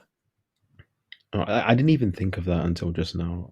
Yeah. Like So I because haven't like I'm thought. doing I'm doing what I told you I was going to do. I'm going to help you process through this information, dude. No, but the thing is, I don't know if I would want to do that because it seems to like get away from, like me thinking that it's like it's just for people to go to hell, basically. Like I don't know I why. think there's a hidden premise or assumption in what you're trying to say. And I think it's this. Then I could be wrong, right? Obviously. But just listening to you explain it and the direction and trying to have this conversation, whether like responding to questions and stuff like that, um, and trying to really process what it is that you're trying to say and take you seriously, obviously. That's sort of what I'm seeing here. Just let me before we move on, I want to respond to Saparaude. He said, so the response to hiddenness is that being less hidden would make people robots. So no, that's not what I'm saying. And I wasn't trying to give a response to divine hiddenness. What I was trying to bring to the surface was what I think Jerome's underlying thinking is that's leading him in this direction. And then my suggestion is just that he should read on divine hiddenness. I don't know, read the best atheists on divine hiddenness, and then read the best theists on divine hiddenness. But I just think that's the conversation. Now, to respond to this comment or this question specifically, there is a train of thought, I mean, not in that simplistic sense, that if God were to be any less hidden, people wouldn't have the ability to make independent decisions, let's just put it that way. And if God were to be more hidden, then we would actually have the excuse or reason to say you didn't provide me enough information. So, but that is where the conversation is being had, is what I'm trying to say. You see, the more you say this, the more I think it's just not the problem. I don't know. I don't know at this point. Well, I'm coupling this with the non-resistant non-believer conversation. Yeah, no, I only mentioned that because I thought about it like when I was watching the video and I just wanted to get a confirmation on that. Like that wasn't really like that relevant. I just wrote that down to just try and find that out. But doesn't it come down to like if God is in his rightful moral evaluation to send people to hell, given what we know about God, right? Like, so let's if we want to personalize it. So Jerome doesn't believe in God, let's just say, and he looks very much like the Jerome I have on the screen at a ripe old age of like 85 when he passes away. Probably with a shirt on. Like, come on, dude. And he's not in some cave somewhere. But, right, like, so Jerome passes away. And then God says, hey, Jerome, you didn't believe you. And so, the rightful punishment is hell. Could Jerome rightfully say, look, I really wanted to believe. It's just I don't think you provided enough information for me. Because this is essentially what I think Bertrand Russell said, right? It's like if I die and God exists and I stand before him, I said, you didn't show up enough. Like I didn't know enough info about you. This is why I didn't think about this, because like I hear people speak about this all the time. So like if this is what I was actually thinking about, I just wouldn't have asked you, to be honest. Because I've just heard this sort of thing before.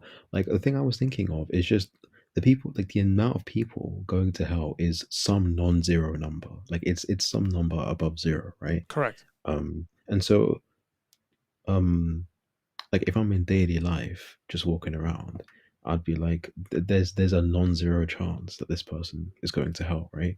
And you said, and and you were talking about like it shouldn't change how you talk to those people, but like I don't really care about any of that, and nor do I care about like the amount of people who are converting in like Iran and China, because like, and like so what, like 3 million people converting in China, like okay, it's not like it's a number approaching like 100% of all people, right?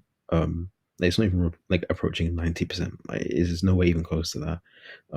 So it wouldn't really like address like the issue that I would have, because like it just seems like no, the example I gave foundationally- so the reason why I gave that example the other day is because you said like it seems like non-belief is growing. Yeah, I don't know in the why I said West. that in hindsight, to be honest. Like, I don't know why I said that because Okay. it's just not gonna matter So because what like I the said is, number but the isn't. reason why I said it is I said, but there's places in the world where that number is increasing. Belief in Yeah, God is increasing, and belief specifically in the Christian God is increasing. yeah. So, like, what does that mean? Well, it doesn't. I I just don't think know that's what it means. entirely irrelevant. Yeah, Like, just I don't know why I even mentioned any of that, to be honest.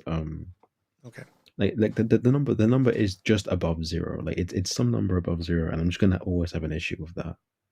To be honest, and like Well, I don't think like beliefs in like I don't think that beliefs should matter when it comes to this sort of thing, because like the things that you believe, it seems a bit weird for like the things that you believe being incorrect about them um in regards to what they actually are, um like should justly lead to the consequences that you have here. yeah, I So think what, like here, like, regardless of it, if it it's like might be annihilationism beneficial or here whatever. to use the word trust. Which, by the way, I think is the synonymous word when we biblically speak about belief or faith or trust, as opposed to Yeah. like the philosophical sense that we think about belief. I think there's a big difference between No, trusting no, and putting your trust in this people. also because this would also involve like going back to the first question that I ask you, which is like what's like required, right? And if you're saying that to trust Jesus or whatever, this would mean that you would have to believe that he rose from the dead or something, which would involve like a lot of Correct. Yeah. historical arguments, right? So that's why I'm not really talking about like faith like by itself. Because you can believe that Jesus rose based on non-historical arguments, right? Like you could just believe it for other reasons, but historical apologetics does exist, so I guess it's a bit different than that. But yeah, I don't know Yeah. why And any of that apologetics, matters to be anyway. fair, by the way, apologetics has taken on various um, methods. Methods is the wrong word. I should explain it. Depending on the questions the culture's been asking, apologetics has been done differently. So in cultures where it was polytheism, apologetics has aimed and geared itself towards proving that there's one God rather than many, right? So as opposed to cultures where there's atheism, as opposed to cultures where, like in the biblical sense, Paul is going and preaching that the Messiah needed to die and rise from the dead to his Jewish audience in synagogues using the Old Testament to convert them.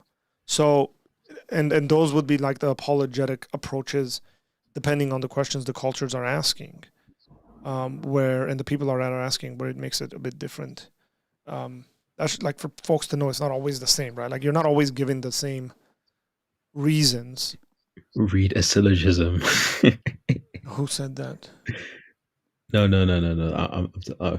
I was just thinking that you saying that like people converted in different ways in the past or whatever, and now Yeah, it's just go to a go to a university or something and read these set of syllogisms, and then you get convinced. yeah. There you go.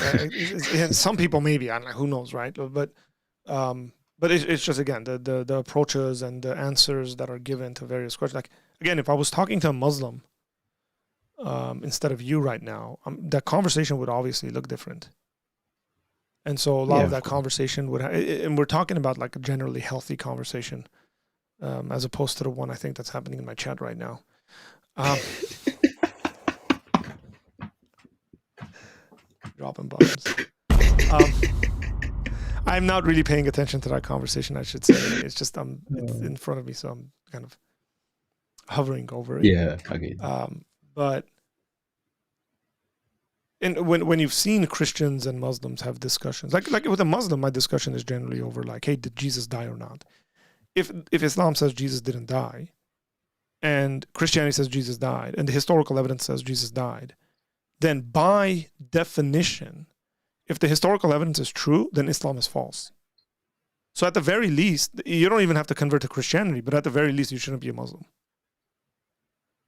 Just looking at the data. And the only way the Muslim can get past this is by saying, well, that's why that Allah confused people to think that he died, to think that it was him, but it wasn't really him. That's the but then, like, how do we trust any historical or whatever that happened, right? Val said, what is unhealthy about calling out falsehood of the cult? Nothing's unhealthy about calling out falsehood. The methodology in which you do it might be.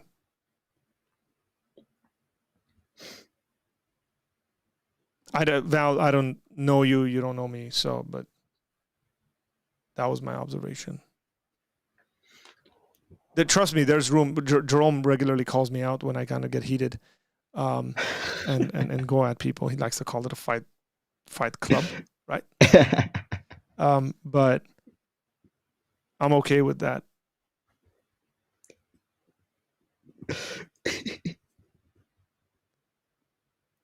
But again, I haven't read every single comment that's been said. So if I'm wrong about that, I'm wrong about that. Yeah, I mean, you're not going to be able to, right? Yeah, I'm not going to sit there and read every single comment that was said. So if it is a healthy conversation that's happening there, then forgive me, guys. Then continue on with your extremely healthy conversation.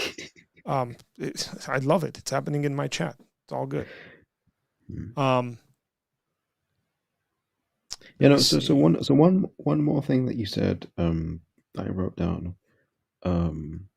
was you saying this came from like an irrelevant part of the discussion actually, which is the bit about how we should treat people. Sorry, give me 1 second. I need to respond to some of the comments here because I think On Fire for Jesus says, I do believe that women are the ones that lead men towards sin, as Eve led Adam to fall. So here's what I would say to this: be very careful not to take a story that's a descriptive story and turn it into a prescriptive, overarching view of women. That's there. The second thing is that Adam is always in the Bible considered to be the reason why there's sin in the world. Remember, the Bible says that sin entered the world through one man, and that's Adam. And Jesus called the second Adam. And so it's Adam that is responsible for these things.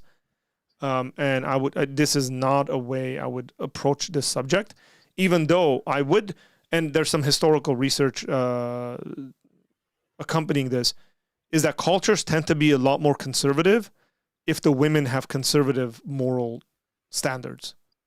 Like men seem to like honor that. So, and that's specifically talking about sexuality there. But yeah, I don't think that's a proper way to, because I think Sabir Alde said if Eve was the cause of Adam's sin, then why is Adam held accountable for it? Correct.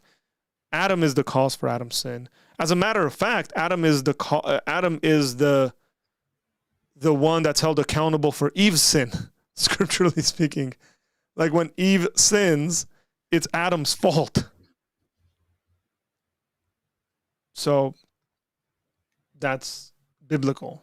Well done, Sabir Alde.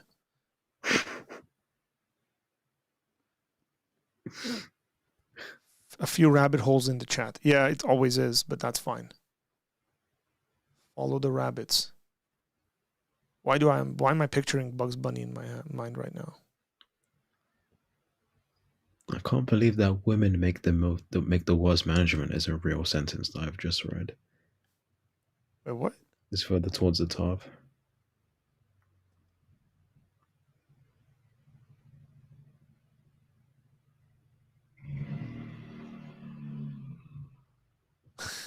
Ahmed said, yes, women who run countries always fall into...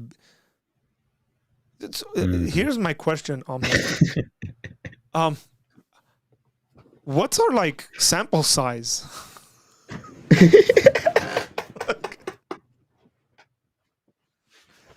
like, by the way, like, regardless of whether I think X, Y, and Z... What is the sample size of, like, how many countries are actually run by women? I'd love to know what his examples are, actually. Yeah, that's what I mean. Like,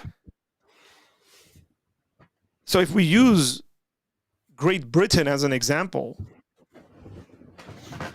Great Britain's had queens who've run the country, multiple like even times. Before the Queen, Her Majesty, who just passed away. Mm. Even before that, there's multiple queens that run England, and it's like the largest empire on the planet. Am I wrong about this, Jerome? You've got a British education. Yeah, I think he just says that. I think he says something to the effect of like, um, so you know when we had like at some points we had kings who were like children who were like 12 or 13, and Correct. they had to have like a group of men supporting them in the background. Advisors. I feel like he, yeah, I feel like he would just say something like that for all the queens, which is like very false. But But I think he's that just would gonna say lead me to that. my point. If that's the case, we never, ever, by the way, and I believe this, whether the country is a monarchy or is communism or is a democracy or is a representative republic or is a parliamentarian system, you never have a leader of a country. Even monarchies don't have, and I'm talking like in the ancient sense, even monarchies do not have one person running the government. There are always advisors. We need to be sober students of history. This idea that like there's a king and the king just made all the decisions is a fairy tale. Number one, it's not possible for one man to be meeting in like foreign countries and his own country at the same time. That's why they had ambassadors even in those days who would go and make deals with other foreign kings and leaders. And so the king's not making all these decisions all the time. So there are always groups of people running a country, regardless of the system in which the country is run in. That's just the reality of things. And so even if there was a man, and you go, man, Richard, the Lionheart, phenomenal king, right? Let's just say. I'm right there, right? It is Richard. Richard is the Lionheart. Jerome, don't shame me here. Man, Richard is the Lionheart. Yeah. So, okay, but Richard, I didn't want to. No, hang on. Richard the Lionheart was off in the Crusades fighting for I don't know how long. Like, who the heck is running the country? Again, just be sober students of history. If the United States gets a female president, and Great Britain had this, England had this has had it multiple times now, right? As for a prime minister. Like, is the prime minister running England? So if Margaret Thatcher was the greatest female leader in all of human history, somebody out there would make a comment, rightly so. Margaret Thatcher had a lot of help considering how governments are run. Or the Queen had a lot of help given how countries, but I would make the same comment when it comes to males. Nobody does this alone. Like, if you've ever led anything, if you've been the leader of anything ever in your life, you know this. So I don't buy these arguments either way. Like, oh, let's get a female president because she will do a better job. Right, because this individual's cabinet and Congress, United States politics now, are just useless cucumbers sitting there. It's like, come on, dude. Like, have a realistic view of existence. And if you're not sure about this, get married. You'll realize how much of your life and family you run. And then be like, I'm the king of my household. I run everything. Have fun. Hey, I don't know how we got here, but you have to read his last comment, though. You have to read it. Men are twice as intelligent than women. I know this upsets feminists, but it's about, hey, look, I'm not surprised because Muhammad said that most of the population of hell were women. Mm-hmm. I didn't say that. Okay. And the Bible don't say that. Muhammad said it for some reason. Yeah, that's just nonsense, by the way. Okay, so stop it out there. Let's bring some sanity to this conversation. If sin nature explains why we sin, and Adam's sin explains why we have a sin nature, what explains why Adam sinned? Did Adam have a sin nature? Adam did not have a sin nature. The question really comes down to it, and I think this is a very fair question.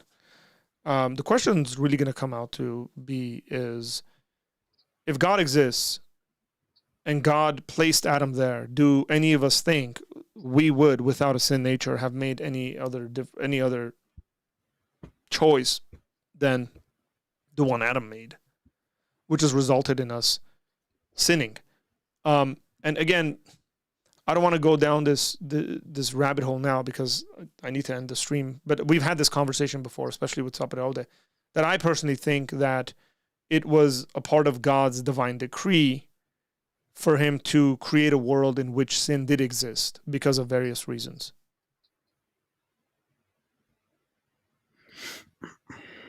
Where does the Quran say that the majority of people in hell are women?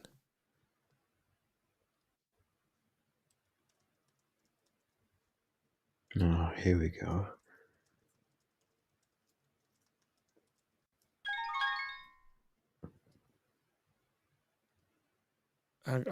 Okay, Jason's calling in. Okay. Uh-oh. Now Jason's gonna mess up my entire system of having. Jason, you there? Of having this really cool Jerome picture on Jerome, but. Jason, you there? Yeah, I'm here. Can you hear me? Yes. I don't think I have Jason and the Argonauts thing that I used to have. I think I might have deleted that. Don't worry. You can just leave me for it. Nope. Go ahead. You called in, so I'm gonna. I just wanted to call in because you said you were about to leave, and I wanted to promote the Premier League. Hey, that's good because the three of us are actually in that league. Yes, I like He this. gave it for that reason. That is crazy. That is crazy. I'm not a good call-in, but I do want to promote. I thought it, you know? Go ahead. Hey, go ahead. Guys need to join. That way you can host a show one time. I know Jerome's really looking forward to hosting the show. Why is that the reward, by the way? Because it's cool. That literally doesn't make any sense. How is that even possible?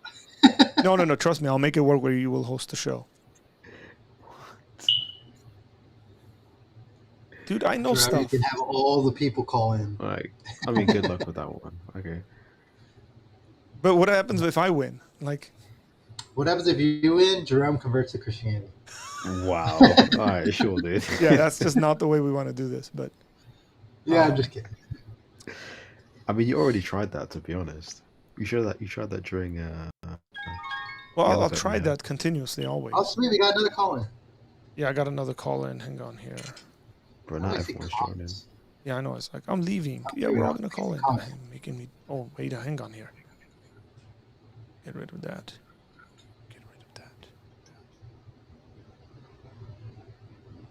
Was a woman or Highland? How come I can't bring Angel on? Encourage faith. Run. Hey, Angel, call back. Because you might be marriage proposed.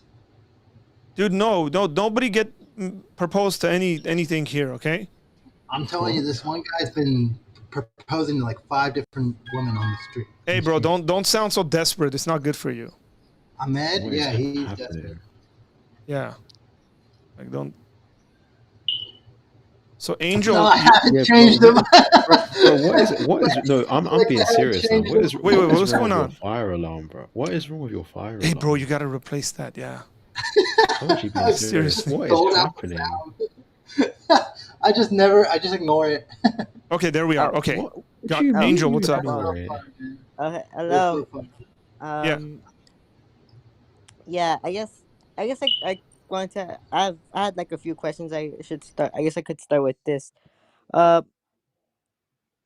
In your view and interpretation, what is Elijah's relation to John the Baptizer, John the Baptist? So it's what we call biblical typology. So John the Baptist is a type of Elijah.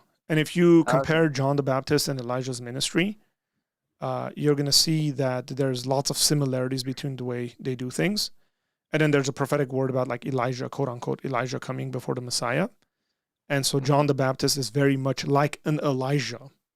He is not Elijah. He's not reincarnated. He's not the same exact person come back. When you look at all the passages that deal with Elijah in the New Testament, you realize that there's a likeness of Elijah rather than it being actually Elijah.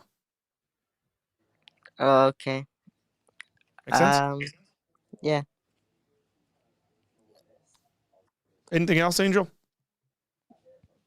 Yeah, I guess. Sorry. Okay. How about? Or no. Okay. So actually, sorry. I'm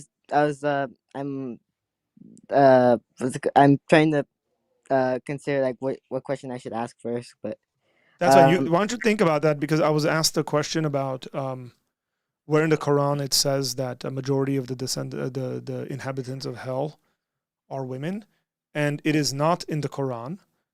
It's narrated by Usama, where he says, and it's in the Hadith. So Bukhari, Muslim say it, and the Prophet said, "I stood at the gate of paradise and saw that the majority of the people who entered it were the poor, while the wealthy were stopped at the gate for the accounts, to give an account, basically. But the companions of the fire were ordered to be taken to the fire. Then I stood at the gate of the fire and saw that the majority of those who entered it were women." So Bukhari and Muslim are accepted as authoritative, unless somebody is a Quran only Muslim. Then okay, that's fine. But I'd like to know what ratio that is. Like it'd be 45-55 or something. Maybe 60-40. I don't know. Okay, go ahead, Angel. Okay. Okay. What's your view on Jesus saying to pray, not to pray in public, but rather to pray in private? Is that supposed to be hyperbole, or is that literal? No, that is it's what we call a contrast. So Jesus is not making a statement about ever praying in public. Mm-hmm. He contrasts it. Okay? So the contrast is, do not be like these people who pray in public for public show, but rather pray in private.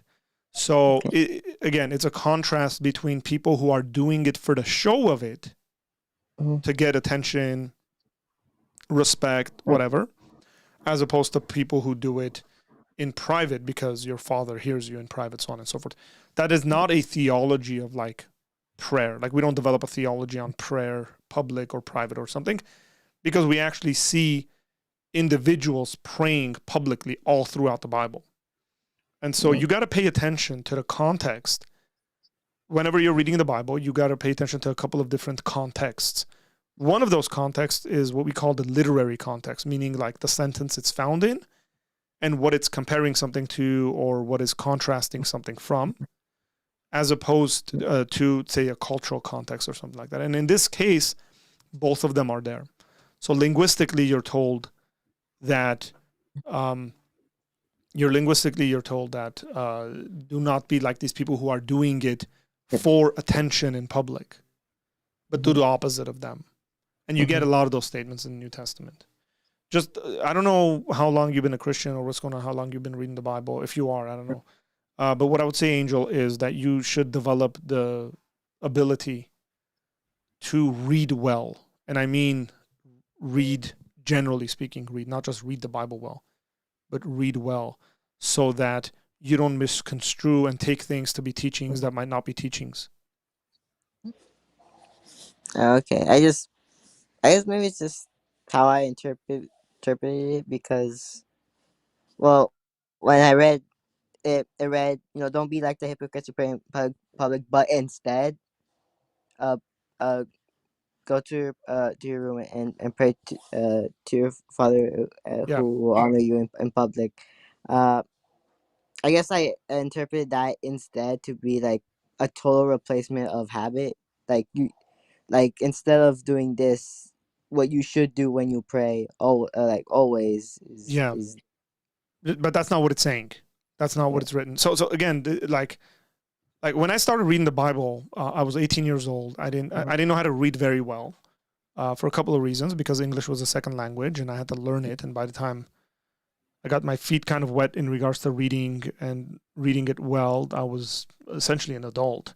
And then number two, I was just unfamiliar with the text of the Bible and how to read the text of the Bible. And those were things I had to learn to do. Like I had to learn how to read well, and I had to learn how to read the Bible well and apply what we call hermeneutical principles to our reading. And I would just recommend the same thing for you. Many times I've seen people read the Bible and think they can just interpret it, or just interpret it thinking that they've figured it out, right? Rather than kind of consulting people who know better than them, and then also developing the ability to be able to read well. Well, yeah, I guess that's a given, I suppose. Yeah. You need to know how to read well in order to read anything, including. So I would recommend you buy a book called How to Read the Bible for All It's Worth. It's not a difficult book to read. Oh, okay. I guess I should write this down. So in my description box, there is a link to recommended books. Okay. And if you go to that link, within it, it's a document that has a bunch of recommended books. That book is recommended in there with the link to the Amazon page you can order from. Just like. Oh, okay. Yeah, I've tried to make it as simple as possible with books that I would recommend to people who are who want to take their faith more seriously and study some of these things. And I've categorized them like history and apologetics and hermeneutics and stuff like that. So it's all there. Oh, okay. I guess one last question for now. I think this is the only one that I can think of. I guess, what is your view on as magic in media, like having like fictional magic in media, like movies, Harry Potter shows, and stuff like that? It could be Harry Potter, or maybe Chronicles of Narnia, or maybe it's like some other thing like Disney movies. Yeah, I personally don't really care, because we pretend quite a bit, and there's nothing wrong with pretending. And yeah, I know Christians have made issues with that stuff. I think unfairly created issues with that. It doesn't seem to me that it seems to me that the Bible speaks about real magic. It speaks about real interactions, not like accidental interactions. Like sometimes Christians will do these weird things about like, oh, you don't know it, but what you're really doing is like summoning demons. And I'm like, well, the Bible really doesn't talk about that. It talks about intentional efforts in those directions. Well, yeah, sorry. You're right. I do believe. I believe that is what the Bible is talking about. It's just that I guess I almost wanted to think. I kind of wanted to entertain the arguments of the people who claim that it's wrong to watch media that contains magic. I just like. But So like, what do you think the best argument is that you've heard? That I've heard? Yeah. Ooh, wow, man. I'll tell you. Do you want me to tell you? Like, they're not good arguments. So the best argument I've heard is you as a Christian, or unintentionally, without knowing, inviting demons into your life. Yeah, that's pretty much sort of. Yeah. Well, I've heard. Well, not even like an argument. I guess it's more like ad hominem. I found like this one channel. Well, I guess I'm not sure if this. I guess this is a bit of a tangent. I'm not sure if I can't. Well, like. That's fine. Go ahead. Don't worry about it. Go ahead. Okay, I found this like one channel that claimed that C.S. Lewis and J.R.R. Tolkien weren't genuine Christians, and they shouldn't be listened to because they not only like did they write The Hobbit, Lord of the Rings, Chronicles of Narnia, but like they were like associated with, what was that one, like that one like Satanist guy? I think it was like Alistair Cray. Alistair No, not Crowley. no, not Cray. Crawley. Sorry, Crowley. Yeah. Number one, I don't think there's any evidence to that. Number two, you shouldn't listen to every random YouTube channel that there is out there. Number three, it's very convenient. Immediate. This is called the ad hominem attack in Yeah. logic, right? So it's very convenient that the person you disagree with ends up being the person who's like demon possessed or whatever. And then so there you don't have to listen to their stuff. And so there's a lot of stuff wrong with that. And for some reason, it seems to me that they're only talking about those people as opposed to, Christians throughout history, throughout the past 2,000 years. I do think that there should be some discernment there. And it's very important, I think, in regards to what Ashley's saying here. She said, people who come out of occult practices are more sensitive to these things. I think it's a constant issue. I don't have any issues with that. My issue, like, you don't want to read something, don't read it. My issue is Christians telling other Christians, like, so if I give my kids the Chronicles of Narnia, which I have already, and my son's read like 5.5 of the books out of the 7, and he's reading Chronicles of Narnia. If I give him The Lord of the Rings or Harry Potter, and I want them to read good, rich literature, and then somebody goes, no, but you're inviting demons into your child's life and stuff, and you're in sin, therefore, something like that, then that I will have an issue there. But if they don't want to read it themselves, even if they don't want to give it to their kids, that's fine. I don't agree with it, but they're children. They have a right to kind of protect them however they want to. But this stuff used to be like in the early 2000s, a bunch of Christians were walking around thinking Pokemon was demon possession. And there's a lady on Instagram and YouTube that went viral who was talking about drinking Monster. I don't have Monster in front of me, but drinking a Monster drink. This is a lemonade, but is demonic because it's 666, and it's like I don't know what to say. Like they're everywhere, and I think this happened again in 2016 when Pokemon Go came out. It happened again. And people were like, "There's demons." They're like, because in Pokemon Go, there's I used to play little Pokemon landmarks. Go. There's landmarks, right? And most of the landmarks were in churches and stuff like that. And so they'd be like, that's where the Pokemon would spawn. And the people would be like, "Oh gosh, there's demons in your churches." People need to realize there's a big difference between imagination and then virtual reality. I'm just realizing 2016 was crazy. I can't believe that was an actual thing that happened. That was so funny, dude. It was so cool. I saw so many kids outside of their homes. Well, that was one good thing. That was like I literally saw a bunch of kids like walking the streets, and that was a good thing to see. Yeah, well, Angel, thanks for calling in, dude. Appreciate it. Sure. Thanks. How'd you find my channel, by the way? How'd you find my channel? My brother recommended it to me. I guess. Sorry. I guess a few things have changed ever since the last time I watched you. But you remember that guy? You remember Albert Elizondo? Yeah, he was the guy. I'm his brother. I'm the brother I was talking about. Okay, cool. Well, I'm glad you're on the channel, man. I hope that I can be of service to you and help you in any way you can, man. Okay. Thank you. Mm-hmm. We didn't allow Jason to give his little spiel about joining the fantasy league, but I think he's doing it in the comment section. I saw him do that. Jason, should I say bye to you, or are you going to give a final push for joining the fantasy league? Because tomorrow there's a game, ladies and gentlemen, and you should get this done now if you want to be in there, or else you're going to... I mean, you can still join afterwards, but you're going to be behind.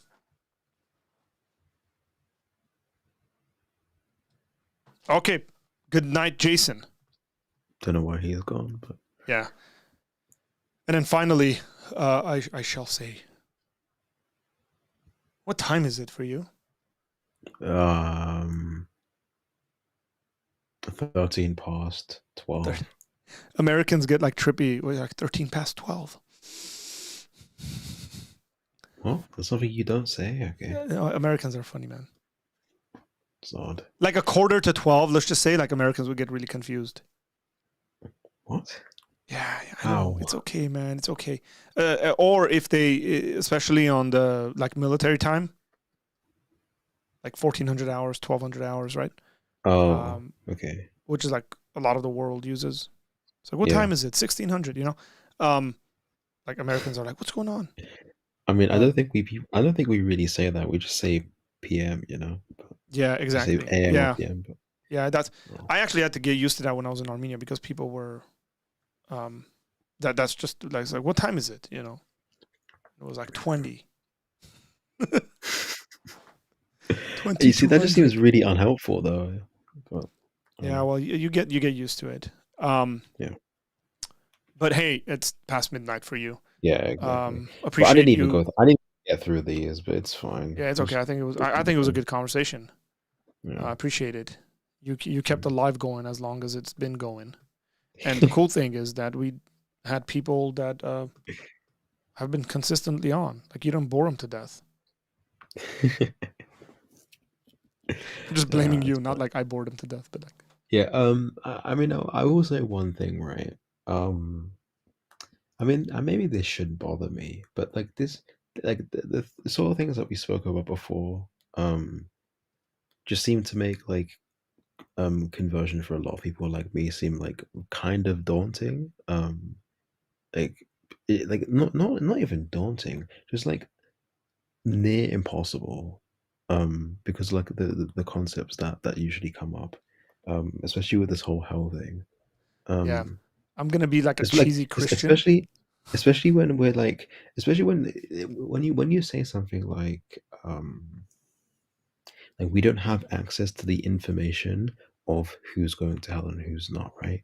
um like I'm expected to I don't know, believe that that's like totally fine, and then make decisions, not even make decisions, but like believe certain things based on things like based on other information that is not only like unlikely for me to ever receive, but like admittedly impossible for me to receive. Like it's not possible for me to know who's going to hell and who's not, Correct. in any situation. And then I'm then expected to be like, oh yes, I can just continue my life in like in a normal sort of way if I was to believe the sort of thing, you know. Yeah, So like what I hate about this is that me saying something like this will play into um the you're just a resistant non-believer thing, because I don't think that's the same sort of thing to where like, now let's say you just don't want to be a Christian for whatever reason, right? um that seems like meaningfully different than saying it seems hard to believe all the things given like it's hard to believe that God is omnibenevolent but will still have this sort of thing in the background as like a requirement for like salvation or whatever. um and I guess that shouldn't bother me because I don't even think this is true anyway. But like, it would bother me if I did. And that's what I was trying to yeah. I communicate would in say this way. you, if you were to become a Christian, you wouldn't live your life the way you're living it. Yeah, you know, you've said that, but it just seems like it seems like given that, it just seems like impossible. Like Jerome, at if you that became a point, Christian, you become an apologist.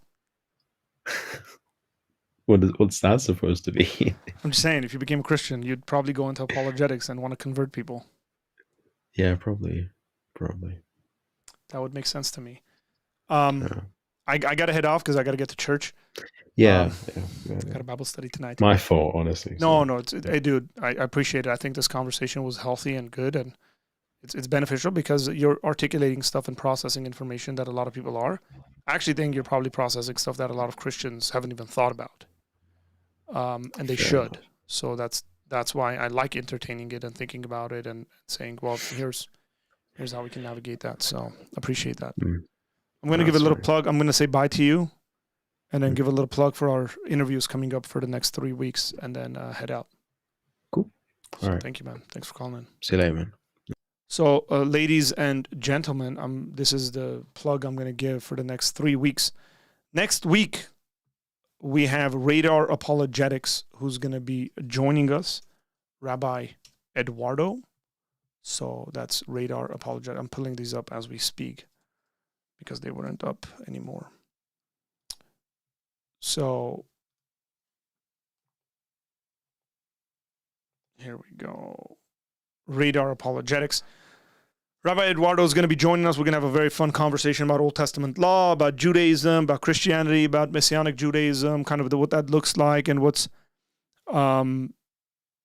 that looks like, and what it would look like, what it wouldn't look like.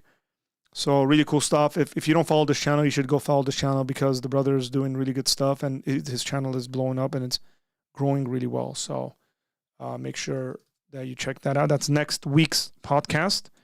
After that, we have the one, the only John McCrae. Who's going to be joining us from What Do You Meme?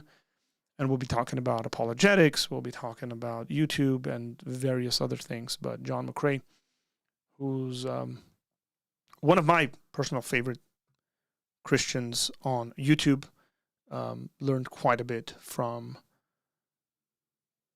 what he's just brought to me, both in the YouTube creation kind of thing and also just the content he creates, especially when it comes to popular culture. Apologetics, really cool. So next Thursday, Rabbi Eduardo. The following Thursday, John McCrae. And the Thursday after that, we're going to be having Dr. Kyle Strobel on. And the interview is going to be about a book called Where Prayer Becomes Real. So if you want to read that book over the next 2-3 weeks, do so. It will be very, very good for your spiritual well-being if you're a Christian.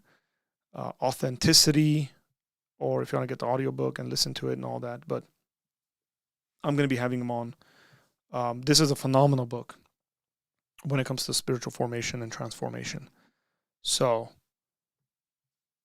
very, very happy with these guests. I know we got obviously a couple of other people that are in the lineup that we will release their names as soon as we confirm them for September. With all that said, God bless you guys.